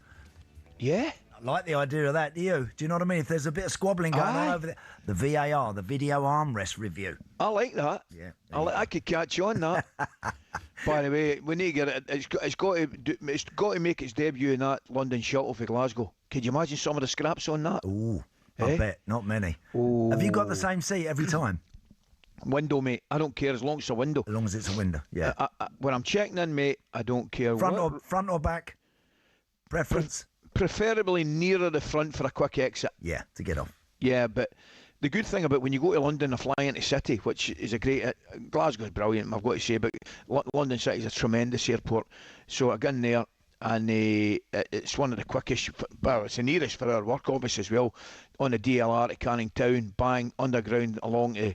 London Bridge. Yeah. Perfect. But what I do is, mate, all I'm interested in, and it's great at London Bridge, at City, what I was going to say to you, they put the seat, they bring the chairs, no steps rather, even steps up at the back as well, so you can go off the front to the back, which is a big thing. But when I'm making a quick exit, Glasgow, near the front window, bang. How'd you like it? And you must be out now. You must have done that so many times. You must be able to walk out on the tarmac now and just give them the thumbs up and on you go. By the way, I don't show my passport. I just get the boys high five nowadays. Just get the guys at passport control high five. This is talkSPORT Breakfast with Ronnie O'Sullivan. There are over 20,000 used cars online to choose from. They will, without doubt, have the car for you. Ally and Andy with you this morning. Now, Spurs suffered yet another defeat on Sunday afternoon to relegation rivals Forest, leaving them just 1 point above the drop. We received the very sad news yesterday that interim boss Igor Tudor had suffered the passing of his father. Condolences with him, obviously, and clearly thoughts with him and his family, leaving many thinking he may leave the club on mutual agreement. Assistant Bruno Saltor took media duties post-match on Sunday and was asked about the serious looming threat, and it is one of relegation. Of course, the result affects to everyone. Of course, that's a reality. But as well, we know that what we need to focus, as I said earlier, is in what we can control, and it's like how we act, how we speak, how we train, how hard we look after ourselves, how we connect it as a team. And that's the most important. I'm telling you, these guys, they care. They care. I've been, as you said, like long time in the game, and I can see it and I can feel it. And I'm telling you, the connection is there. We just need to step up. Well, that's good. I mean, that's obviously encouraging. You would hope he would say that. You'd want him to say that. Are we seeing it, Andy? No. I mean, have we seen it a little bit with the return game against Atletico Madrid and the Liverpool game? And the draw at Anfield? Yes, I thought the draw at Anfield in particular, I thought in that one, there were quite a lot of moments in that game where Spurs actually looked dangerous and looked like... Now, that's away from home. It's not a surprise to me that happened at Anfield, Ali, because at home, for whatever reason, Spurs look petrified of playing in front of their own punters. They just don't look like they can do it. You'd think that place would be... They'd be running out there match days. You'd think they'd all be going, right... You know, we're playing in front of our own fans. Here we go. There's nothing going to stop us from winning this game today. It's the complete flip side of that. When they play at home, I fancy at the moment they're going to get beat every time I watch them. Mate, it's amazing. I mean, they haven't won a league game this year. Now, I think I'm right in saying they've won 2 league games at home this season. That's unforgivable, mate. I mean, that is absolutely... They're bottom, alley, of the home table. If there was a table just based purely on home form, they are rock bottom, Spurs. So, I mean, is it as simple? Not as simple, but it's one of the things, Andy. Because it's a brilliant stadium, everybody else is getting the buzz. Well, yeah. There's something in that. I would imagine there's probably quite a lot of teams. I mean, Spurs, the dynamic of the stadium has completely changed. It's still on the old White Hart Lane site. It's still basically there, but it's, to all intents and purposes, a completely new ground. But there are lots of clubs that when they first move, I think, into a new home, they've found it a little bit difficult to adjust that I think is a fair observation, but I don't get why Spurs in this scenario can't seem to get anything going in front of their own fans. They just can't, and it's a serious worry. And well, they're going to have to do it very soon, mate. And they've got Ali. Listen, if an Igor Tudor, listen, and respects and condolences to him and his family over what's gone on recently. If he doesn't return and they put someone else in, give it to Harry or give it to someone. You've just got to use your common sense. Do not go giving it to, they're talking about Adolf Hitler and people like this, and if you start doing that, the Spurs fans are going to go, what? With respects to him, they're going to go, what the... Give it to someone very short term. I would have thought Poch in the summer after the World Cup. Would you not? Yeah, I wouldn't disagree with that at all. I think that's kind of obvious. When the Telegraph have picked up a story this morning suggesting that former Brighton boss Roberto De Zerbi could be interested in taking the job permanently if Spurs manage to retain their Premier League status. Now, but I'm with you, mate. Right now, and it's quick. You were quite right to mention, obviously, Igor Tudor's got a lot more on his plate, which far more important things just now than anything. But if he were to leave. I just think it's staring you in the face, Andy. The whole place needs a boost. It needs a lift. It needs rejuvenated before it's too late. And I just think there's somebody like Harry or Glenn. Yep. The one thing they've got immediately in their favour is the complete 100% support of the fans. And the players will know their history and their previous, and they'll have the respect to the players as well, mate. Yeah. Darren Alley says Robbie Keane is what Spurs need now. There's no pressure on him because we're pretty much down. We need someone to just rebuild the spirit. Darren, listen, Robbie would, and I like what Robbie's done. I always admire managers. It was like Liam Rosenior went away and is prepared to work distant shores to get the games under their belts. And Robbie will no doubt be back here managing, I would think, pretty soon. 100%. But right now, just for this short-term period, give it to someone who's been round the block and back 100 times and just might be able to go in there and get, I think, as much as anything, just give the fans some hope. Give the supporters some hope and some belief, because with that, you'd be amazed. I tell you what, you'd be amazed. Well, we've all played for teams when things aren't going very well. If the fans are there with you and they can see that you're giving it your all, they'll pick you up, and all of a sudden things can change pretty quickly.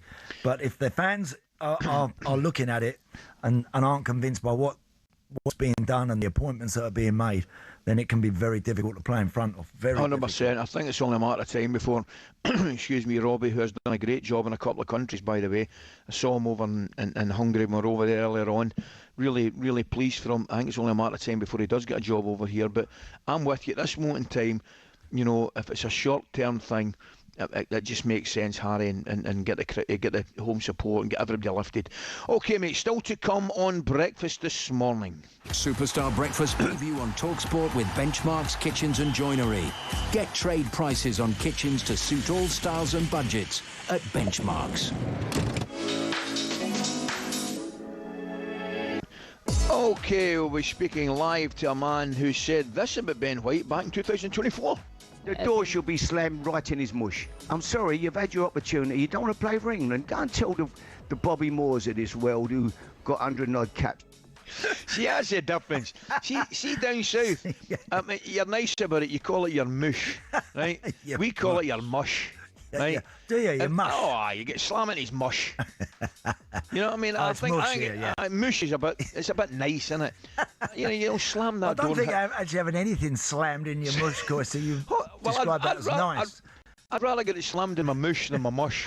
Put it that way. Right, that's right. We'll be touching base with Harry Redknapp following White's shock recall, as well as the desperate situations at Tottenham and, of course, at West Ham. Harry can't win with that one, can he? Superstar Breakfast preview on talkSPORT with Travis Perkins. With 250 hire branches nationwide, it's easy to hire at Travis Perkins.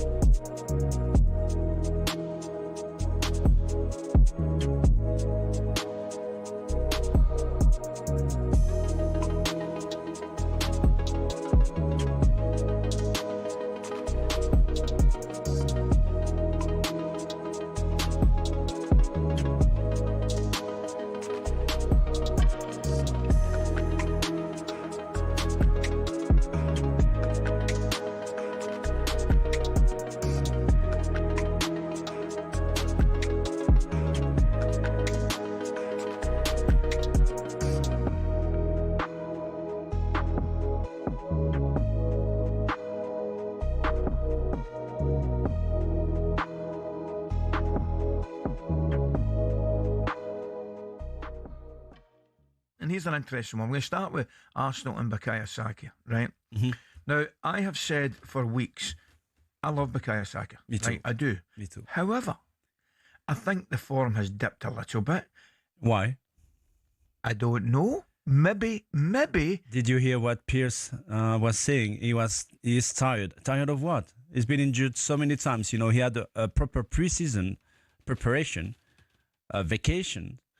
So I don't know what happened. Is it because of the new players came into the team that has been challenging? Is he missing Odegaard a little bit? Well, I'll tell you what I think it is. I just think it's a drop in form, right? I think it's can happen. It can happen. Yeah, I just think I don't know whether it's a confidence. What would thing. you do, Ali, if you're? I'd have played Madueke. Yeah, if you're manager, would you leave him out for a few games? I maybe would put your arm around him and say, "Look, you super sub."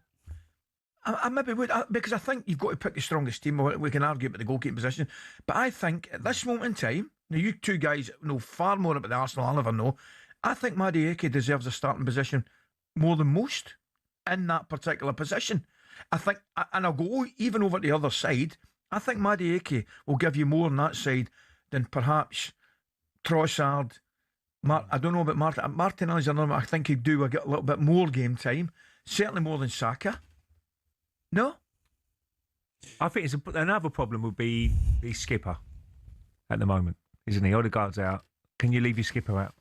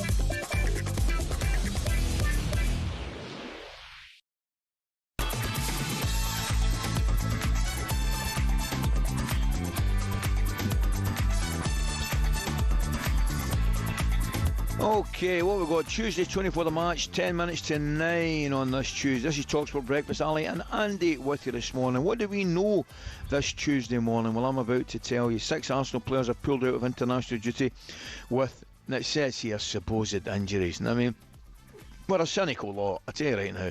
Gabriel, Saliba, Trossard, Timber, Eza, Odegaard will all sit out the next 2 weeks of football before it returns domestically. Now, the one thing you would say before we go any further, Timber's been injured, Eza was injured, wasn't he? So, yeah. Right. Now, the fact of the matter is, Andy, this isn't new, right? Now, and we're just using Arsenal probably here as an example. They will have genuine injury concerns, yes, and this will be a perfect opportunity for 1 or 2 players to get rested and get themselves fit for the vital run-in to the end of the season. Yes, correct. Happened on our day, Andy. Of course. Absolutely happened on our day. If there was any doubt at all, I think Mikel Arteta is 100% well within his rights to pull players out and say, no, we need you to be 100% focused here and correct. And now, Ali, this week, of course, with the World Cup qualifiers and playoff games, I think after this week, we're now officially going to kind of get into World Cup mode once we know who's going to be there and who's not going to be there. And you mentioned those boys that you mentioned for Arsenal will all be playing in the summer. I think most of them, or if not all of them. Correct. And this is the point in the season now where you're going to see others as well if they've got a little niggle in their knee, if they've got a niggle somewhere, whatever, it might be a 2-weeker where they have a little op to clean something up, etc., etc. It's important now that players get a bit of a breather here and there as much as they can. Correct. And so that's not a surprise, and I think you'll see a lot of other players that are going to be pulling out of international duty maybe in this particular window. No major surprises there, mate. Former Liverpool manager Jurgen Klopp says speculation that he will return to management with Real Madrid this summer is nonsense. He denied any talks with Real but says he might coach again. And Anthony Gordon came out with at the weekend, after the weekend, and said the frustrating thing is, in my opinion, they're not a very good team compared to us. We shouldn't lose to them following Sunday's 2-1 time-wear derby defeat to Sunderland. Now, Johnny is to give a reaction as a man who won the Premier League Golden Boot with Sunderland back in 2000. It's Kevin Phillips. Kev, morning, mate. How are you? Hello, Kev. Morning, Ali. Morning, Andy. You okay? We're in top form, mate. We're just saying, Andy and I were saying earlier on now, I'm sitting here saying to myself, I kind of hope he's been misquoted a wee bit, you know what I mean? Because you know what it's like, particularly when you lose a derby, man. You don't want to open you don't want to come out from underneath the bed for 2 days, never mind start giving the opposition stick, mate. Not only lose the derby, but lost 2 derbies this season. Yeah. Let's get that right. And, you know, Anthony Gordon is a fantastic player, but he didn't turn up in the first game and he didn't pretty much turn up in the second game apart from the goal. So it's a big statement. You know, to say it like you said, coming out on the back of a defeat, like you say, I would just keep my head down, keep quiet and crack on with my work. So, you know, listen, it was a fantastic performance from Sunderland, an incredible performance, incredible win. I know a lot of Sunderland fans, I watched it in the area, that were very nervous, didn't really fancy their chances of winning the game. They felt they could get a draw, but to go there and perform the way they did after the first 10 minutes, because you know, I get a little bit annoyed when I listen to a lot of Newcastle fans say, you know, the first half, you know, they dominated. They didn't. For the first 10 minutes, they were the better team, but after that, some of them matched them and then was far superior in the second half and deserved to win the game. As simple as that. So a lot of their players for Newcastle didn't turn up like they did in the first game, which is, you know, disappointing from the Newcastle fans' point of view. Yeah, Kev, I've seen Sunderland a couple of times. Saw them in the Cup, actually. Saw them at Oxford, and I saw the Port Vale game as well, which obviously didn't go according to plan. Lots of changes to the Sunderland team, I might add. But in the main, in the league, when I've watched them, what I've liked about them this year, since promotion, they haven't worried about trying to be something different or trying to adjust their game. Now they're all of a sudden Premier League players or a Premier League team. They want to inflict that same kind of football that got them up onto better teams and asking those teams, see how you can cope with it. Do you like it? Can you handle it? And I think he's done that really well, Reggie Labrie, really well. Yeah, you know, I spoke to you guys a few times this season on Sunderland, and you know, I think, you know, from the outside looking in, we've all been, you know, really impressed with what they've done. You know, coming out the Championship and then pretty much buying a whole new squad. Yeah. And, you know, we've seen it before. When you bring in 10, 11 players and, you know, the team that started on the opening day of the season was far different to the one that was at the playoff final. So for Reggie Labrie to mould those players over, you know, 6 weeks of pre-season is quite remarkable, really. And, you know, the recruitment of the players that they identified over the summer really impressed me. You know, of course, to stay in the Premier League defensively, you need to be solid. So they addressed that straight away. The defensive players they've brought in have been brilliant. Ballard has stepped up. Luke O'Nien has stepped up. Mm-hmm. So, you know, defensively, you give yourself a chance. And it's about, can you score goals? And yes, you know, some of them don't score tons of goals, but they've scored so many important goals this season at the right time in games to win them games or to get them a point. You know, I think they've got the most points from coming from behind in games this season. So it shows you that they're fighting, you know, for every point and right until the dying seconds of the game. So, you know, Reggie Labrie doesn't panic. I was in his company last week at the training ground, had a good chat with him, and his demeanour on and off the pitch is exactly the same. You know, very calm. He knows what he's doing and he knows what he wants. And the biggest thing, you know, rightly what you said, Andy, is, you know, when you look at those players, they're not afraid to play. And, you know, everybody knows their jobs in and out of possession.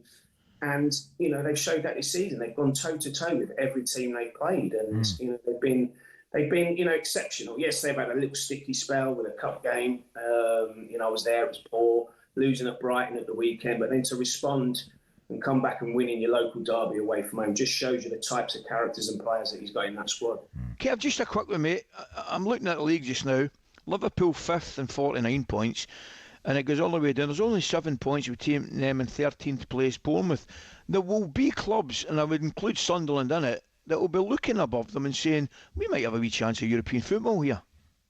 Well, I think the fans might get a little bit carried away, Ali. But yeah, why shouldn't they? You know, I think, you know, if they haven't got a result of the weekend, you know, you could almost see that their season might just peter out and finish like a damp squib. But having won that at the weekend, you know, I really want them now to kick on and finish the season as strongly as they possibly can. And why not aim for a European spot?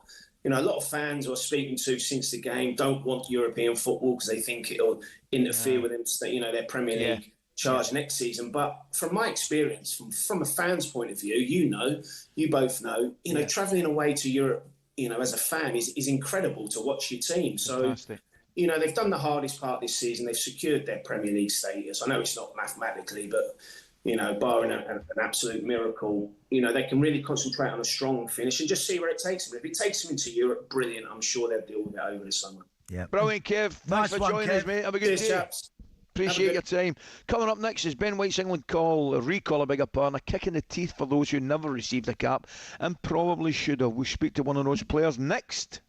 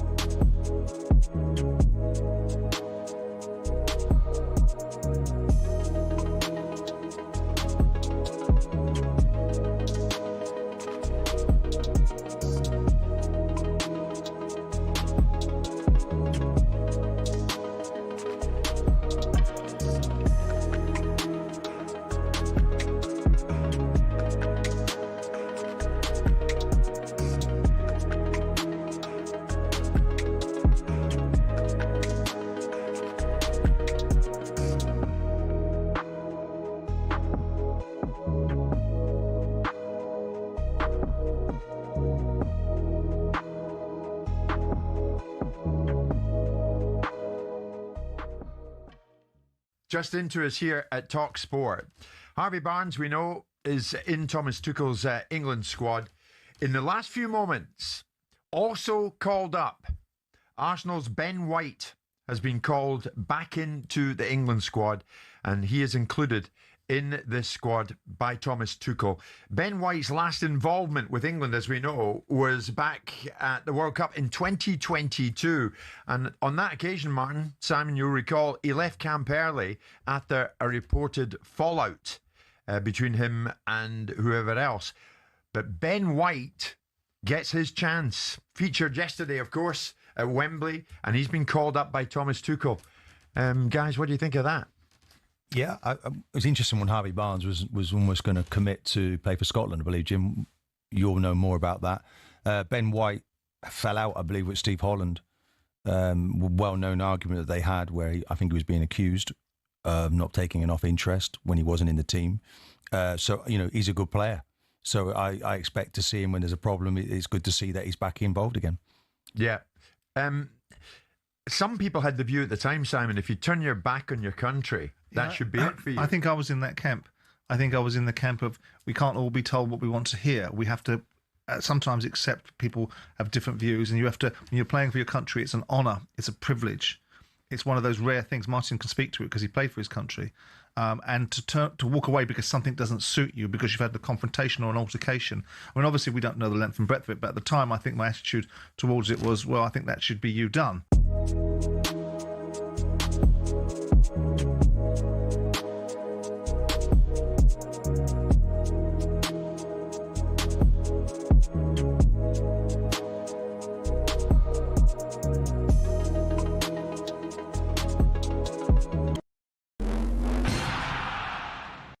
From the Toffees to the Tractor Boys, the Eagles to the Seagulls, Gunners, Bees, Hammers and Magpies, Premier League teams have got a load of crazy nicknames. Ever wondered where they came from? Let's start with Everton. They're dubbed the Toffees, but why? Well, because when the club was formed, just down the road there were two local toffee shops. Ye Ancient Everton Toffee House and Mother Noblet's Toffee Shop were big fan favourites. Next, they say if you can't beat 'em, join 'em, and that's exactly what Ipswich Town did when it came to their nickname. The term Tractor Boys used to be chanted by their opponents as a way of putting the team down for their farming background. But during one game back in the late 90s, Ipswich were 1-0 up and they decided to flip the script. 1-0 to the Tractor Boys, they sang, and a new nickname was born. Let's head to Leicester, famous for more than just a red, well, orangey cheese and Jamie Vardy. Leicestershire is also the birthplace of fox hunting, hence the Foxes. Next up, turns out apples are not the only fruit that don't fall far from the tree. Bournemouth's nickname, the Cherries, comes from the fact the club's stadium was originally built right next to a bunch of cherry orchards. This next story actually involves two club nicknames. It started with Crystal Palace. They were having an absolute nightmare run back in the early 70s. They'd been relegated after a terrible spell and manager Malcolm Allison decided enough was enough. He wanted a new nickname, something strong, fast and destined for success. Something exactly like an eagle. But there's more to this one. Brighton were in search of a nickname too, and Palace finally gave them what they needed. In a heated match between the two back in 1976, Palace fans began chanting, "Eagles, Eagles." And some clever Brighton fans came up with the perfect reply, "Seagulls, Seagulls." Not all club nicknames have a crazy story though. Take the Gunners. That just comes from the fact a group of munitions workers in the Royal Arsenal factory in Woolwich set up the club in 1886.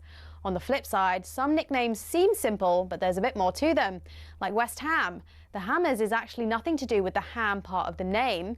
It comes from the fact the club used to be called Thames Ironworks FC and was made up of workmen and shipbuilders. So next time the away end's chanting their crazy nickname, you'll now know exactly where it came from.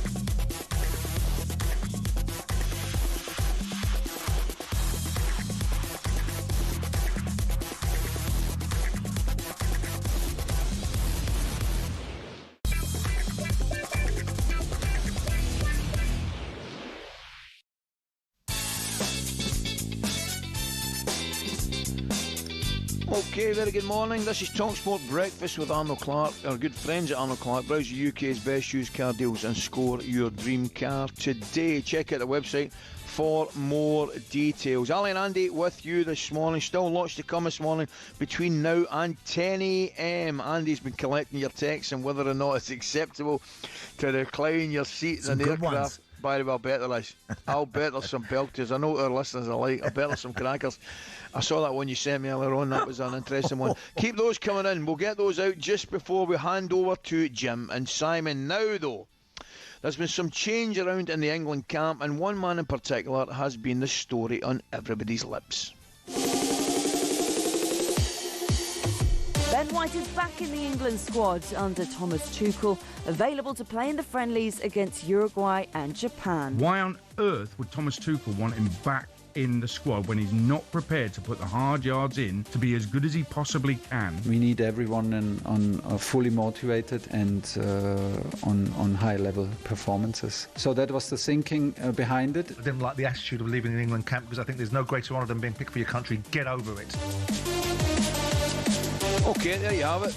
Ben White's been called to the England squad despite rumours that he had no interest in playing for his country. We're going to speak now to a man who, despite scoring 69 goals, not bad at all, by the way, making 401, I beg your pardon, Premier League appearances. Never received a senior call-up. It's a very good morning to former both Newcastle and West Ham captain Kevin Nolan. Kev, good morning, mate. How are you? Hello, Kev. I'm not bad, Al. Andy, how are you, mate? You okay? Great, mate. Thanks. Kev, we're in top form. First of all, how are you? What are you up to?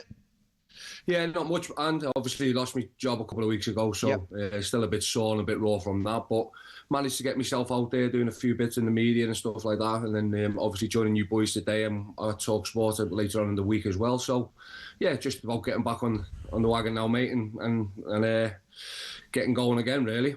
Good was stuff. Was that something, Kev, that did you feel that was imminent? Did you see it coming, that one? Well, look, when you look at it from afar, and it was, they said, oh, you've won 1 in 16, but there's a lot of key factors behind it, if I'm honest. It felt a bit sore because I thought that, we didn't do enough in January and stuff like that, but and it hurt us. I lost my front three after Christmas. One went back from loan and the other two got injured, and then we had like 14 games in 44 days, I think it was. Yeah. So it just all come thick and fast, and it just felt like it was, it was getting there. But I thought that, we had a good relationship. Well, we did, and we still have with the ownership.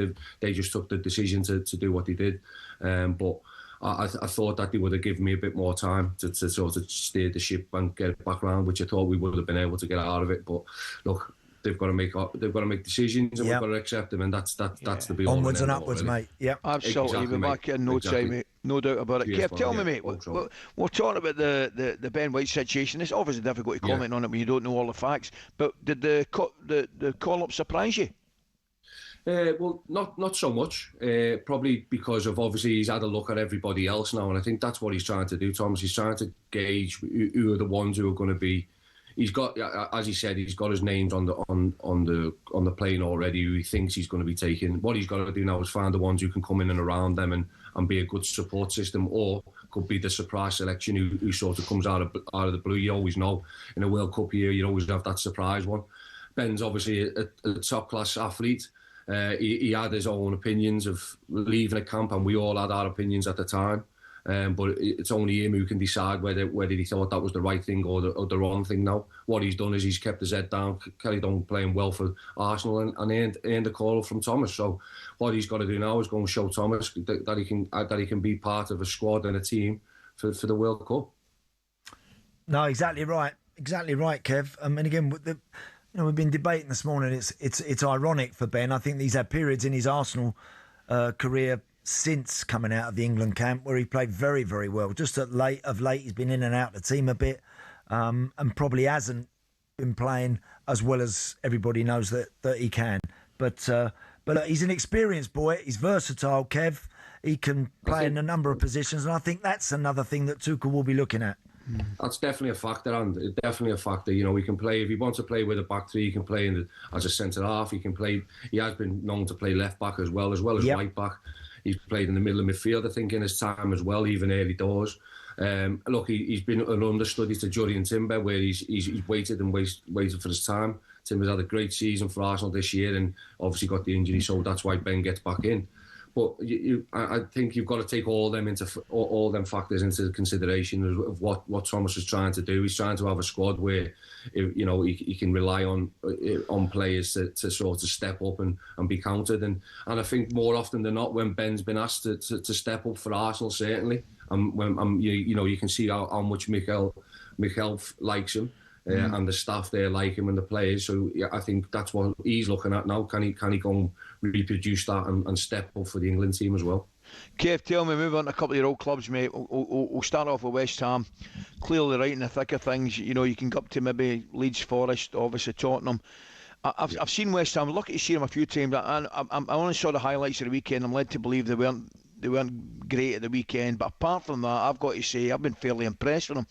Unlucky to lose a late equaliser in Manchester United, comfortable win against Sunderland, beat Brentford penalties in the cup, things like that. And I thought to myself, they've got a wee bit about them here. I just think they might have enough to get out of this. How do you see it? Yeah, I'm with you, Al. I've been really impressed ever since January, and he was able to bring a couple of players in. I think Nuno now, he seems to sort of have a squad which he's settled with, and a formation. And obviously, I think a big factor to that at the weekend, Al, is that Somerville gets injured and he's not there. He's been absolutely first class over the last them games you were talking about. Him and Jared Bowen on either side have been, tremendous, and they're the ones who are going to get him out. Fernandez, the boy they got from Southampton, has done really well too. For a young boy, to carry the weight on his shoulders and do it. Freddie Potter's had a breakthrough season for them, so they've got lots of positives to be talking about. But what they've got to do is find themselves. What they've done is they've dragged everybody in with them. When I was looking at it a couple of months back, I was thinking, I don't see if this is going to happen. If I'm honest, but they've done fantastically well to get themselves and now to have them to be a point behind Spurs, a couple, if they get a win, they go on the same points as Forest, bring Leeds back into it, and you can honestly see it. And it's going to be an exciting last few weeks, I think, because they've got a lot in the tank. I still feel West Ham definitely. Yeah, Kev, I was working at Villa at the weekend and I was commentating on the game. Tell you a player who impressed me for West Ham, and I always thought a year and a half ago, a couple of years ago, he was a bit of an accident waiting to happen. Mavropanos. With you totally, mate. I tell you what, but for him at the weekend, they'd have been about 4 down to It was Villa. different. It was different class against City as well. But I know he gets his goal, but I thought he defended really well against City. He was terrific. I thought, Kev, at the weekend, really good. He's a boy we looked at a lot. When we brought him in with David. Well, David brought him in, I should say. We looked at him a lot. And we could see his qualities, and his quality is not on the ball and all that type of stuff. He can do that, but his quality is his defending. He's good and really good in both boxes, and I think he's suited to what Nuno wants to do at this time, where he wants to be in that low block or the mid block, and that helps him. Sometimes when you want him to go 1v1, he can get exposed quite a lot and look very sluggish, if you like. But in that low block, he's sort of like the boy from Forest who was really good, who he brought from Fiorentina for Forest when Nuno was there. Milenkovic, I think the boy is. Yeah, that's right. And the centre half, and that's what we sort of seen Dinos like, and he's a great lad. He's a great lad to work to, and he wants to do well as well. So I'm delighted for him. And as you say, again, over the last couple of weeks, he's certainly sprung to the attention of a lot of people. But suiting the system, what Nuno's playing at the minute, certainly. Kev, I want you on for longer. I want to ask you about Newcastle, mate, if I can.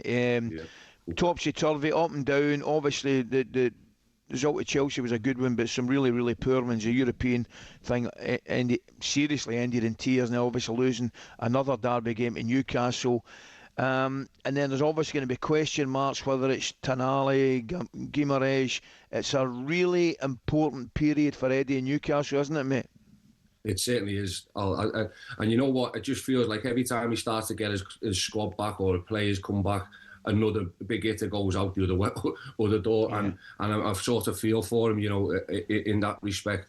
But what he's got to do is he's just got to keep galvanising that squad like he's done since he's gone up there. He's done terrific, Eddie has, with what he's had to deal with. But, obviously a lot of questions being asked this year. And certainly when you lose at home in the derby, there's going to be a lot more groans than what there probably has been for a long time.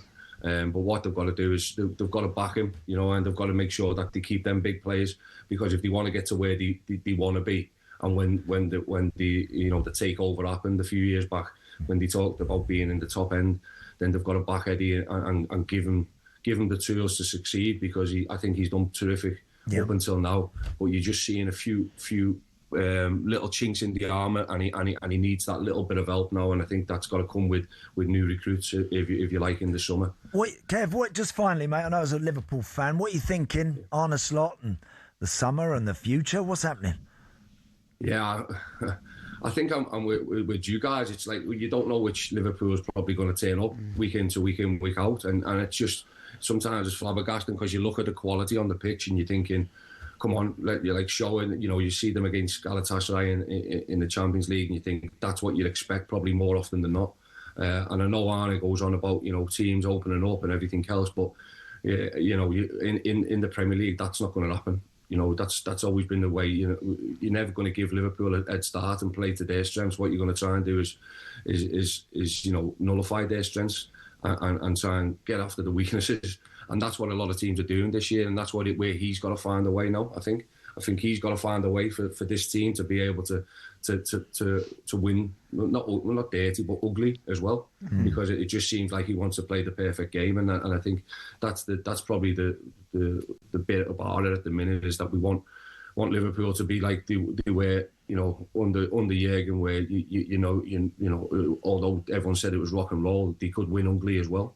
And I don't see this team at this moment in time, when it gets a bit ugly, winning ugly. Yeah. And that's that. When you're going to be the top end team, we all talk about Arsenal, but the reason why they're there is because they can win in all different types of ways. Kev, it was heavy metal, mate. Yeah, heavy metal. Well, you lads will know a lot more about that than me. Kev, congratulations, mate. You've won the competition. You've answered more questions in 8 minutes than we've fired at Emily in a lifetime. You did brilliant, mate.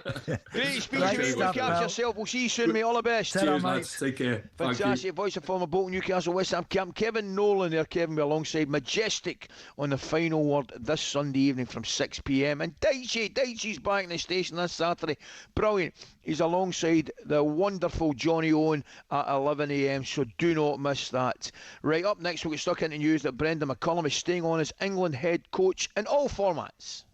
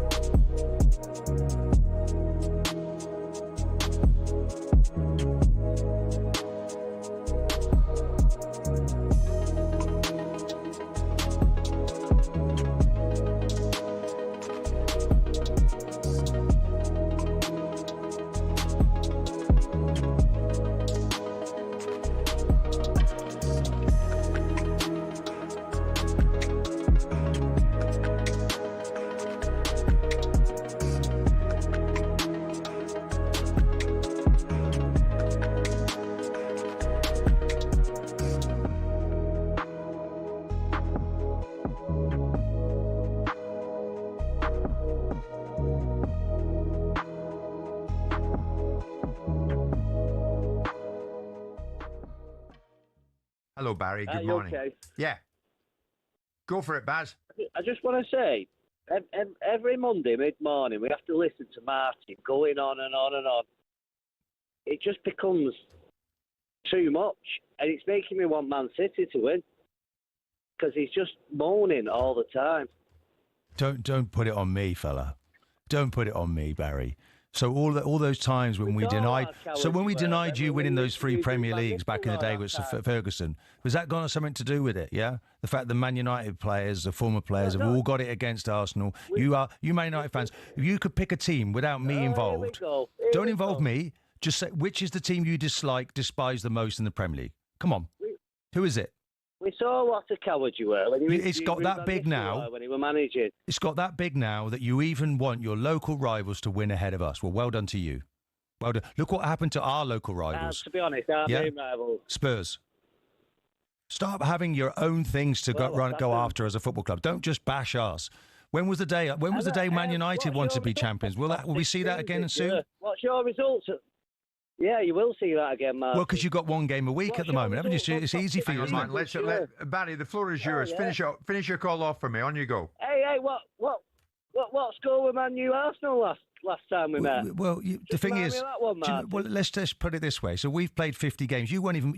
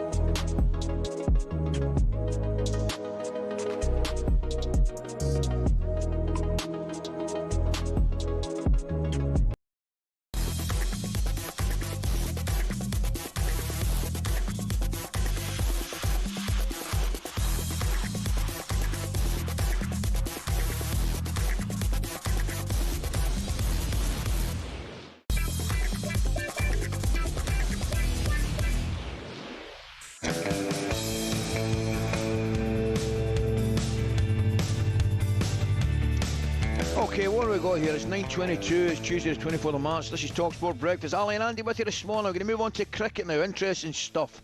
Announced that head coach Brendan McCullum and managing director Rob Key will continue on the roles despite the 4-1 Ashes hammering. Key spoke to talkSPORT yesterday to explain why it was important not to sack the leader of Bazball. What happens in sport, you go through a really tough time, and in life and everything, it's the tough times that make you. And the decisions we make in sport is you get people to go through that experience where they're going to have learned so much. They're going to be hardened, they're going to be more ready for what's coming, whether a player or a coach. And what you do, you sack them with all of that experience, whereas actually now it's about, can you learn? Can you learn from all the hardship you've been through to go and take this further and make you an even better version of what you were before? Let's hope that's the case.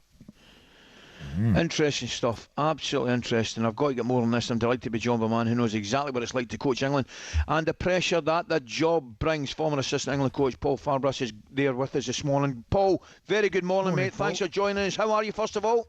Yeah, very good, thank you. Very good. Sun shining on the south coast. We're into pre-season friendlies, so all going well. Lovely, mate. Lovely. It's just we just can't share. We're unfortunately not sharing the same climate where I am, unfortunately, at this moment in time, mate. But there you go. Listen, mate. First of all, the lads keeping their positions. Did that surprise you, and was it the right thing?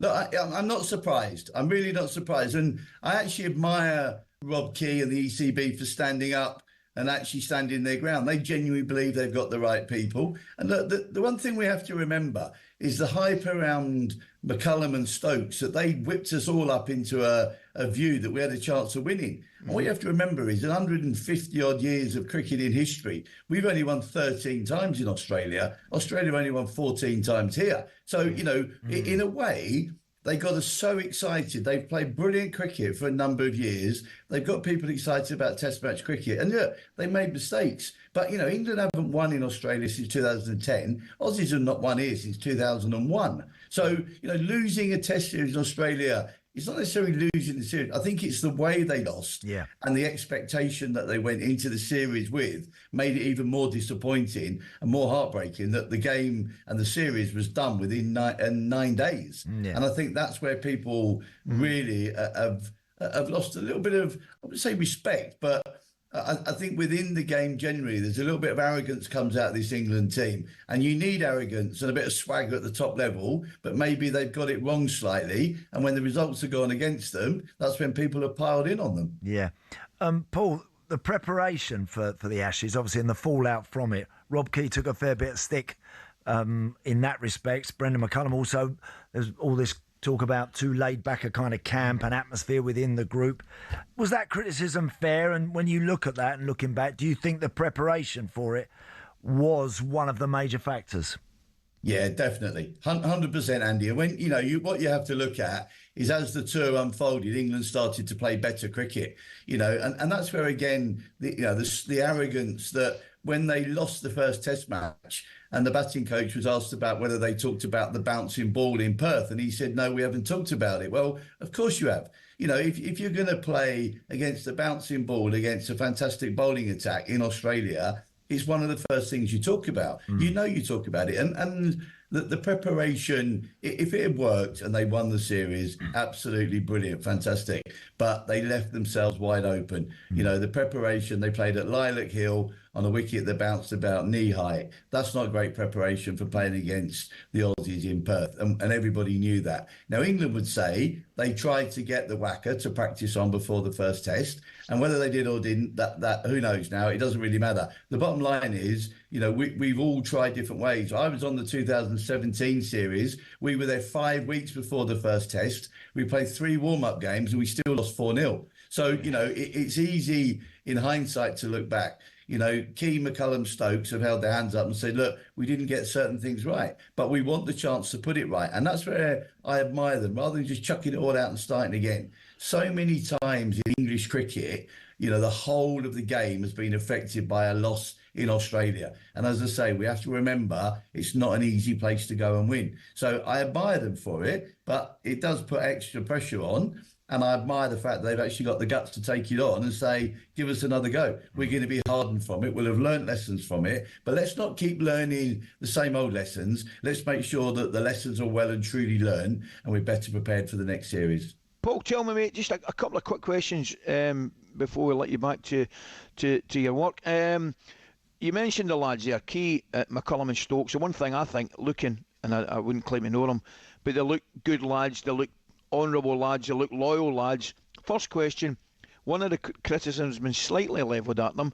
They've probably been a wee bit too loyal to one or two players. Is that fair? And secondly, can we expect any difference, any changes coming up? I think it's New Zealand in June, isn't it? Yeah, well, look, I mean, you two have both played at the highest level. What you want from your coaching staff and your support staff is loyalty. You want people to back you. And if you want people to go and play in an expansive way, you've got to stick with them and give them the opportunity. Because there's no point saying, we want you to play an expansive game. We want you to play positive cricket. A bit like you saying, we want to play press high and play on the front foot and all that. And then when you leak a goal, you say, well, there you go, it's your fault. So you've got to be really careful with players. And the modern player now is after love. They want love, support. They don't want telling off. They don't want rollickings. Those days are gone. And so therefore it's about getting behind your players and supporting them. And in many ways, I really admire the way that Stokes has done it. And it was very similar to Owen Morgan. When England won the World Cup in 2019, the 50-over World Cup, Morgan would stick to the same group of players and back them to the hilt through good and bad days. Because we all know you're going to have tough, bad days. And I admire England for doing that. You could say one or two have been a little bit fortunate, and where perhaps they got it wrong, talked about Shai Bashir for 2 years, building him up towards the Ashes. He's going to be our man in Australia, tall finger spinner, and then we don't pick him. And that's where they leave themselves a little bit wide open to be shot at then. Yeah. Paul, you always looked a cuddling type of coach to me, mate. I don't think that's ever going to change. You always put your arm around those players. That's the kind of coach you would be, mate. Don't worry about that. Fantastic. Best way to be. Great stuff, mate. Great Listen, stuff, Paul. Keep up a good work. We'll hopefully catch up soon. Fellas. Thanks for your time this morning. Have a great day. Take care. Bye-bye. You too, mate. Now, the coming up, Andy boy, has Harry Redknapp softened towards Ben White? My money's on yes. We're going to find out next.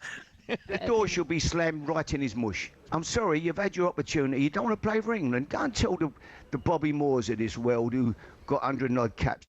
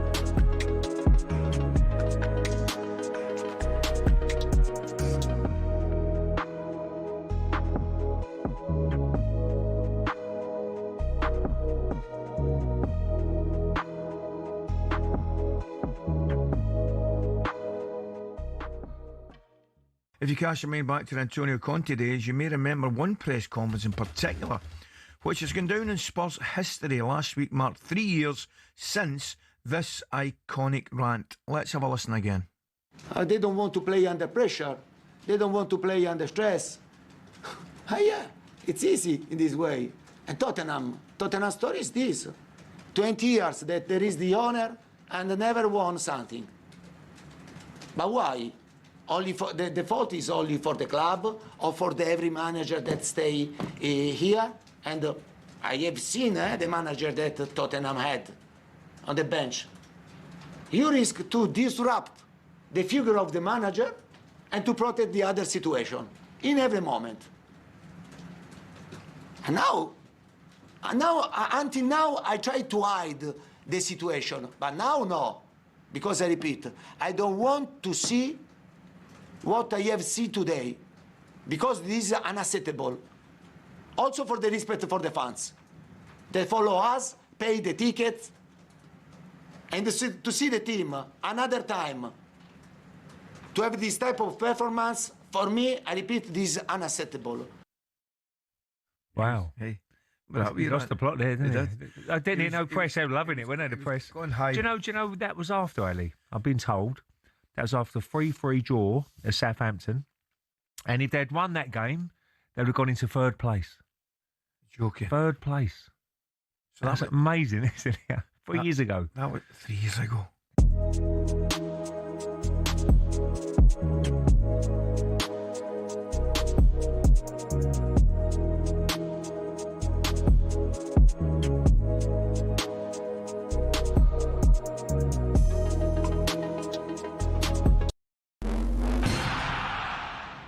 Amen Corner, perhaps the most feared run of holes in golf. Each year it claims the tournament hopes of many, with balls hitting bunkers and water traps aplenty. But why is it so fearsome, and where did it get its name? Just the thoughts of holes 11, 12 and 13 at Augusta National gives the likes of Rory McIlroy and Jordan Spieth the shivers. McIlroy hit 3 over and Spieth hit 4 over in their final rounds to blow their hopes of a green jacket in 2011 and 2016 respectively. But did you know Amen Corner's name is inspired by a jazz song from 1933? American sports writer Herbert Warren Wint, on the left here, wrote about it in 1958, referencing the song shouted in that Amen Corner when describing the run. Hole 11 is a par 4 over 520 yards with a green guarded by a pond and bunkers to the front edge. 12, perhaps golf's most famous hole, is a par 3 over just 155 yards. The green's guarded by Rays Creek at the front, more bunkers and azalea bushes ready to punish the smallest error. Then there's the 13th that teases the hook shot over the trees. It's a dogleg par 5 over 545 yards that's inviting for big hitters who want to reach the green in 2. If you want to win the Masters, you have to keep your score down around Amen Corner. So who'll be the next to fall victim to golf's most famous and most daunting challenge?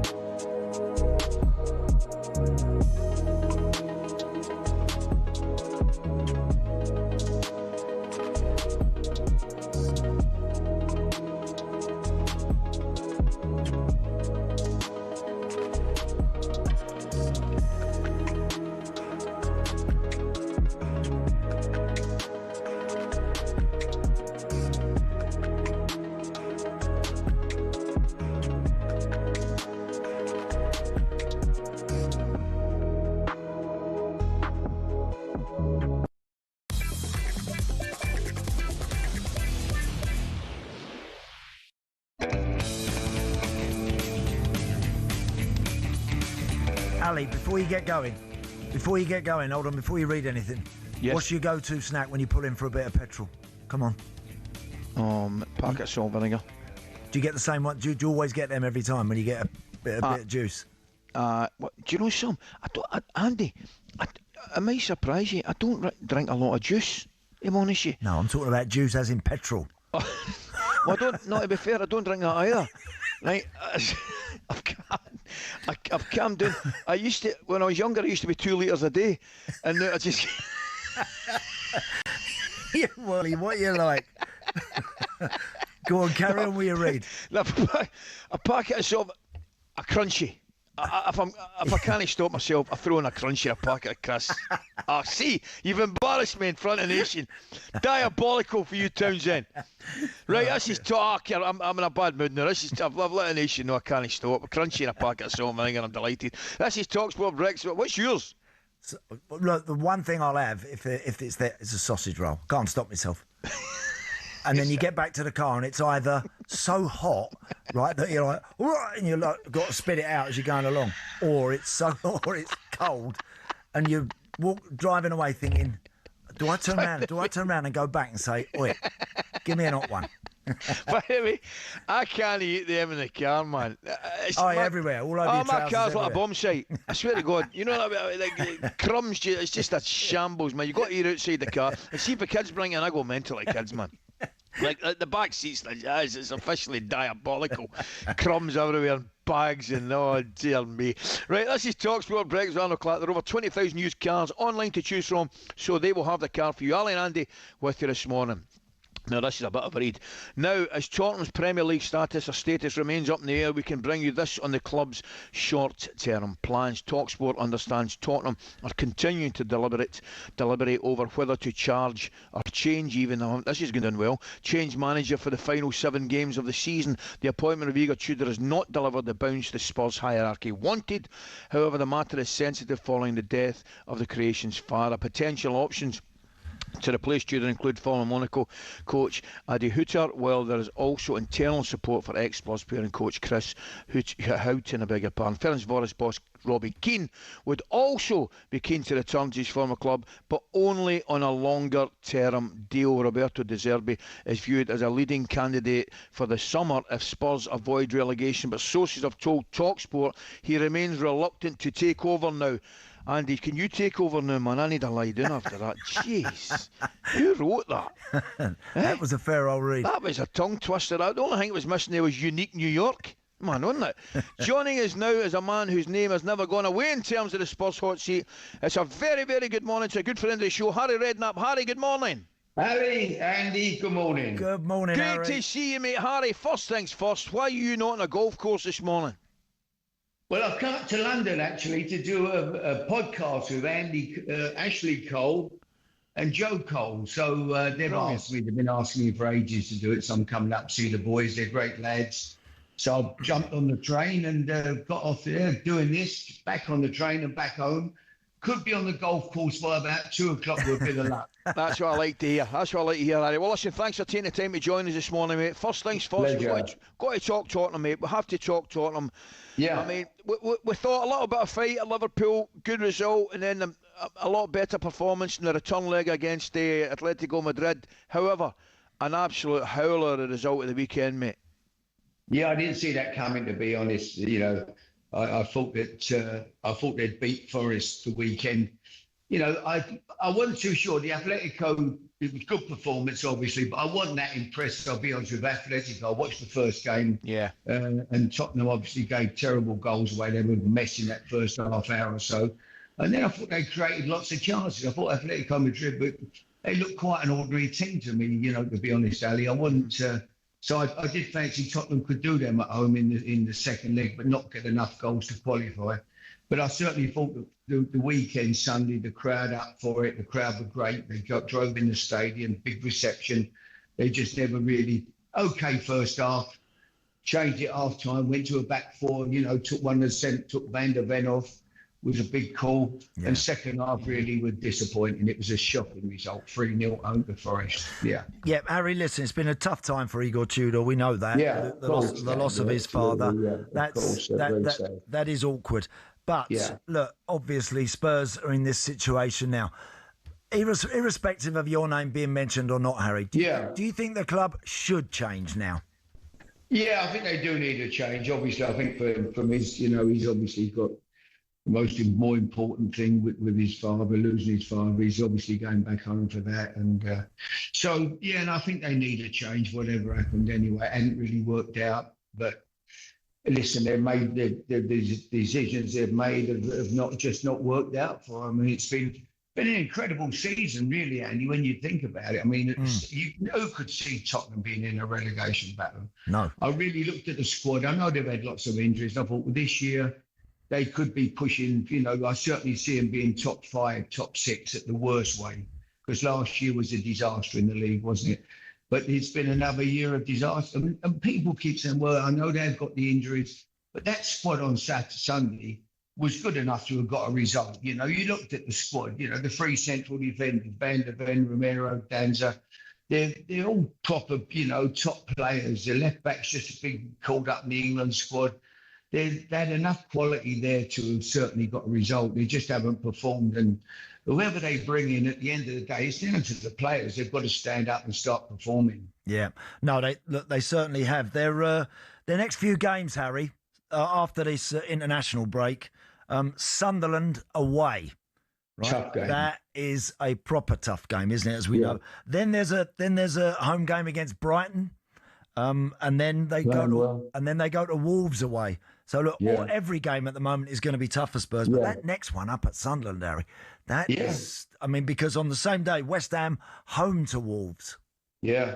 Right. Yeah, I mean, the Sunderland game, Andy, as you say, I mean, they're on the back of beating Newcastle, so they're going to come back home, and the crowd are going to be in a great, they're going to be so up for their team, having just beaten Newcastle. The place is going to be jumping. What a tough game that's going to be at Sunderland. So certainly not going to be easy for whoever they get in if they decide to change. It's going to be a tough gig. I mean, at the moment, it's looking more and more to me now suddenly like Tottenham or West Ham, which, I want them both to stay up for sure. But that's the way it's starting to look at the moment. Forest, they look quite strong. They're strong in midfield. The centre-halves get on and do a job. They're even talking about, Woodsy coming back, which would be a plus for them. The last few games, they look like they could be okay. So, and Leeds don't deserve to be down there. What I've seen of them this season, they've worked their socks off. And there's been so many games that just haven't quite gone their way. But I think that crowd at Ellen Road, you know as well as anybody how intimidating that can be. So I think Leeds will probably get out of trouble as well. But so it really looks like it comes down to the two London clubs, which is very unfortunate. I certainly would love to see them both stay up. It's incredible to think that. Harry, listen, mate, an incredible dramatic recall to the England squad for none other than Ben White. Did it surprise you, my friend? Yeah, it did surprise me. No one knows. I heard you lads early on this morning before I got the train down to London that, no one knows actually what went on. Yeah. Why he left the squad. I mean, I think it should have been a bit more transparent, really. Yes. Someone should have said, well, Agreed. What happened? He was, someone told me he couldn't sunbathe or something and he got the hump, I mean, there's got to be some reason. There's got to be something gone on there that really upset him for him to leave, Yeah. So he's obviously left the squad, but why? Why? And was it because he wasn't playing? If it was, will he do the same thing again?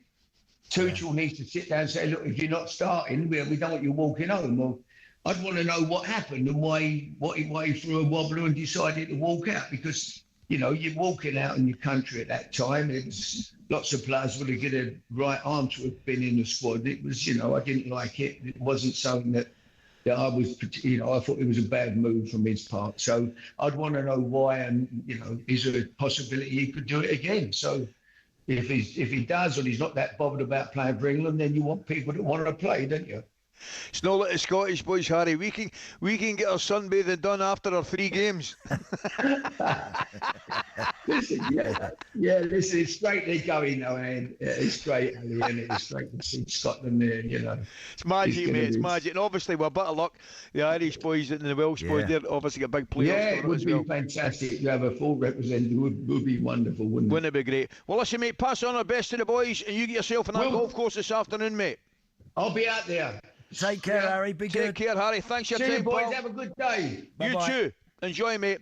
Reshman will be hosting a deep dive into Spurs' struggles and the potential cost of relegation this week, tomorrow from 8 p.m. on kickoff. And that will be a special look at Spurs on talkSPORT. Harry Redknapp there.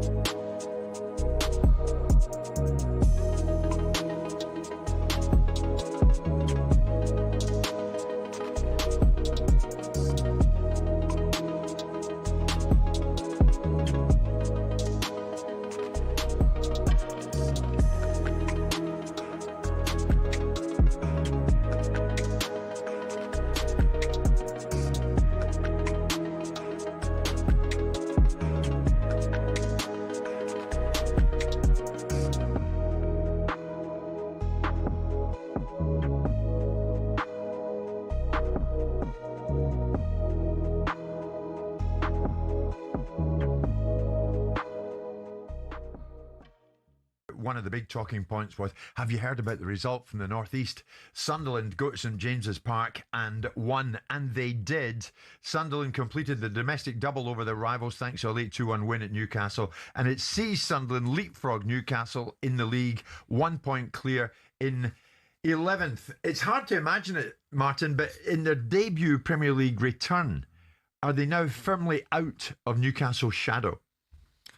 Well, I mean, okay, Eddie was saying about the number of games that they've had to play and the calibre of player they're up against. The squad maybe is not equipped well enough, perhaps, to with all the resources they've got financially. They haven't been able to capitalise on that, have they, because of the financial fair play? So, but in the meantime, Sunderland have caught up with them. I mean, Jacques is a really important player, by the way. When he was out for a while, Sunderland suddenly started looking like a championship team. Yeah. But now that he's back in the team, yeah, Brobby up top, too much to handle. Couldn't deal with him, Jim. And it's all these games, successive games. But it was a big game in the minds of these Newcastle players. They put it there as a one that they could go and win it. And it's tricky now for Eddie between now and the end of the season, Jim, to try and fix this problem. Well, it is. Simon, a difficult week for him. Yeah. 7-2 capitulation in Barcelona. Yeah. Then they lose at home to their closest of rivals. What is the more chastening result for Eddie?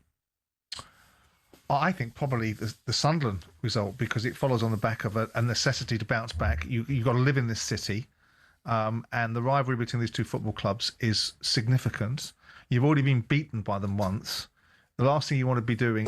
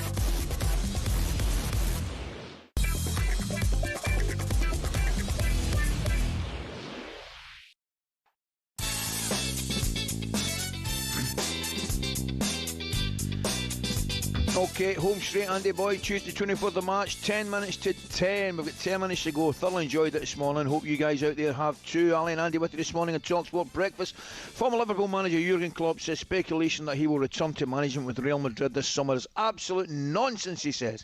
He's denied any talks with Real, but says he might coach again. Oh, that's a tough one to sort of bat away straight away, isn't it, Ali? Real Madrid. Ooh, wow. By the way, that's exactly what I'm thinking. I've got to say, I miss him.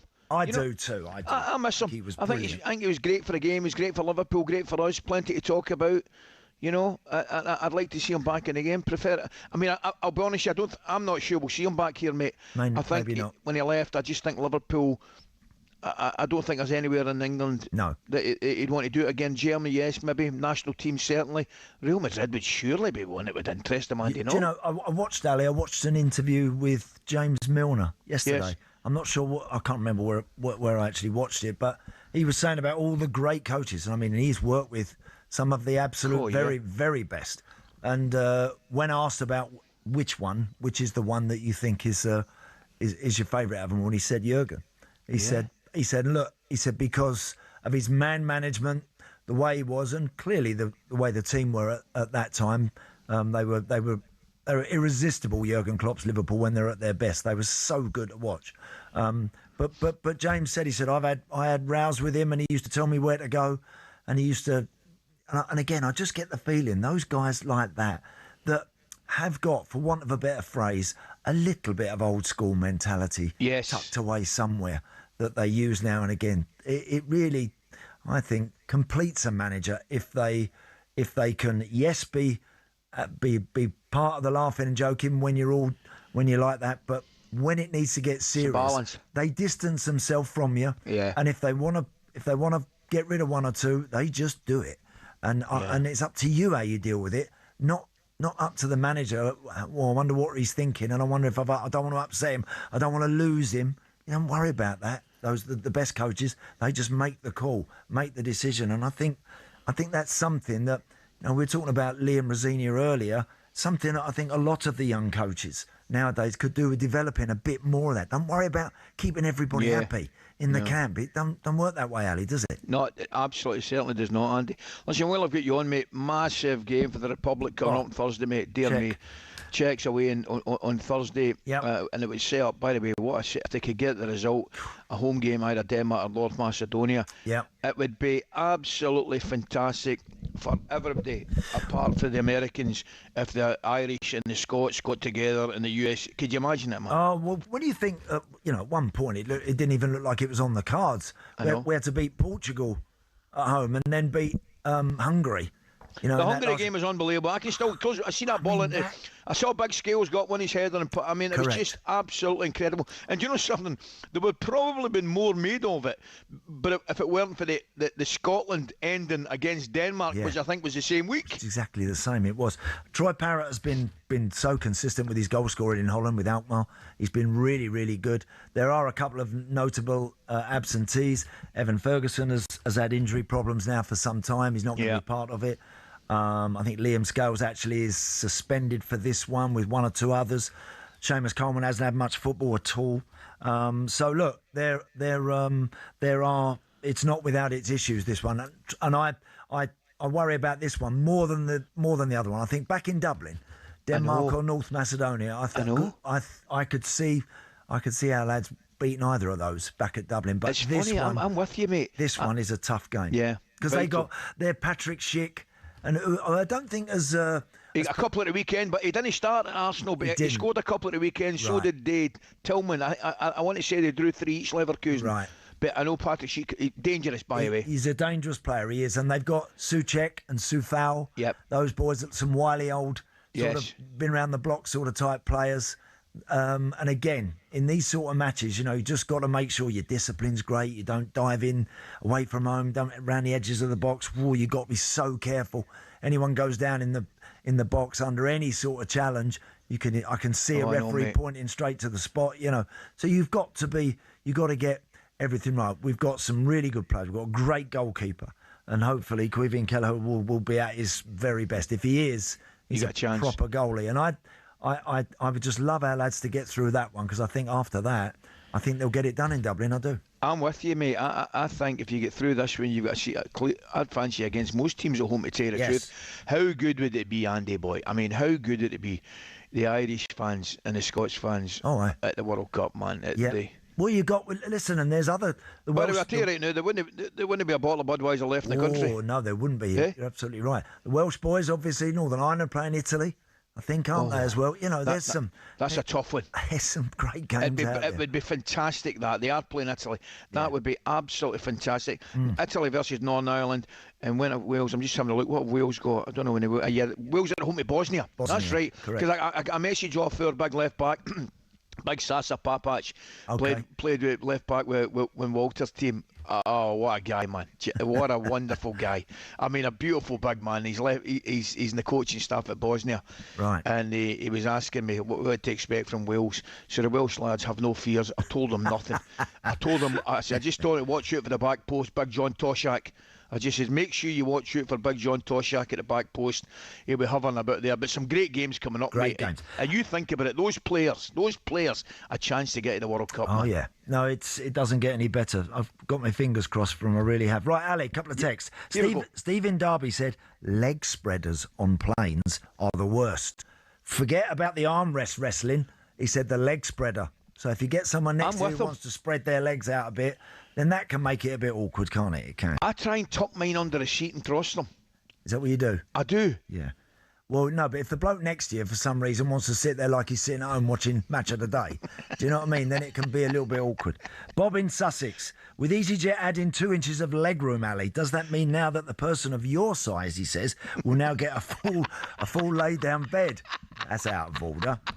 Right, Stuart in Kilmarnock. Morning, lads. When I'm vying for space in my seat, I'm just showing respect to the armrests. A little bit of a dig there at, poor old Liam. Dave in Bromley. Lads, you should always ask the person behind you before you recline your seat. Plain etiquette. Yes. I think that's fair. Ask them, do they mind if I put my seat down? Obviously, no food on the table. Do you mind? But then... And what if they say no? Correct.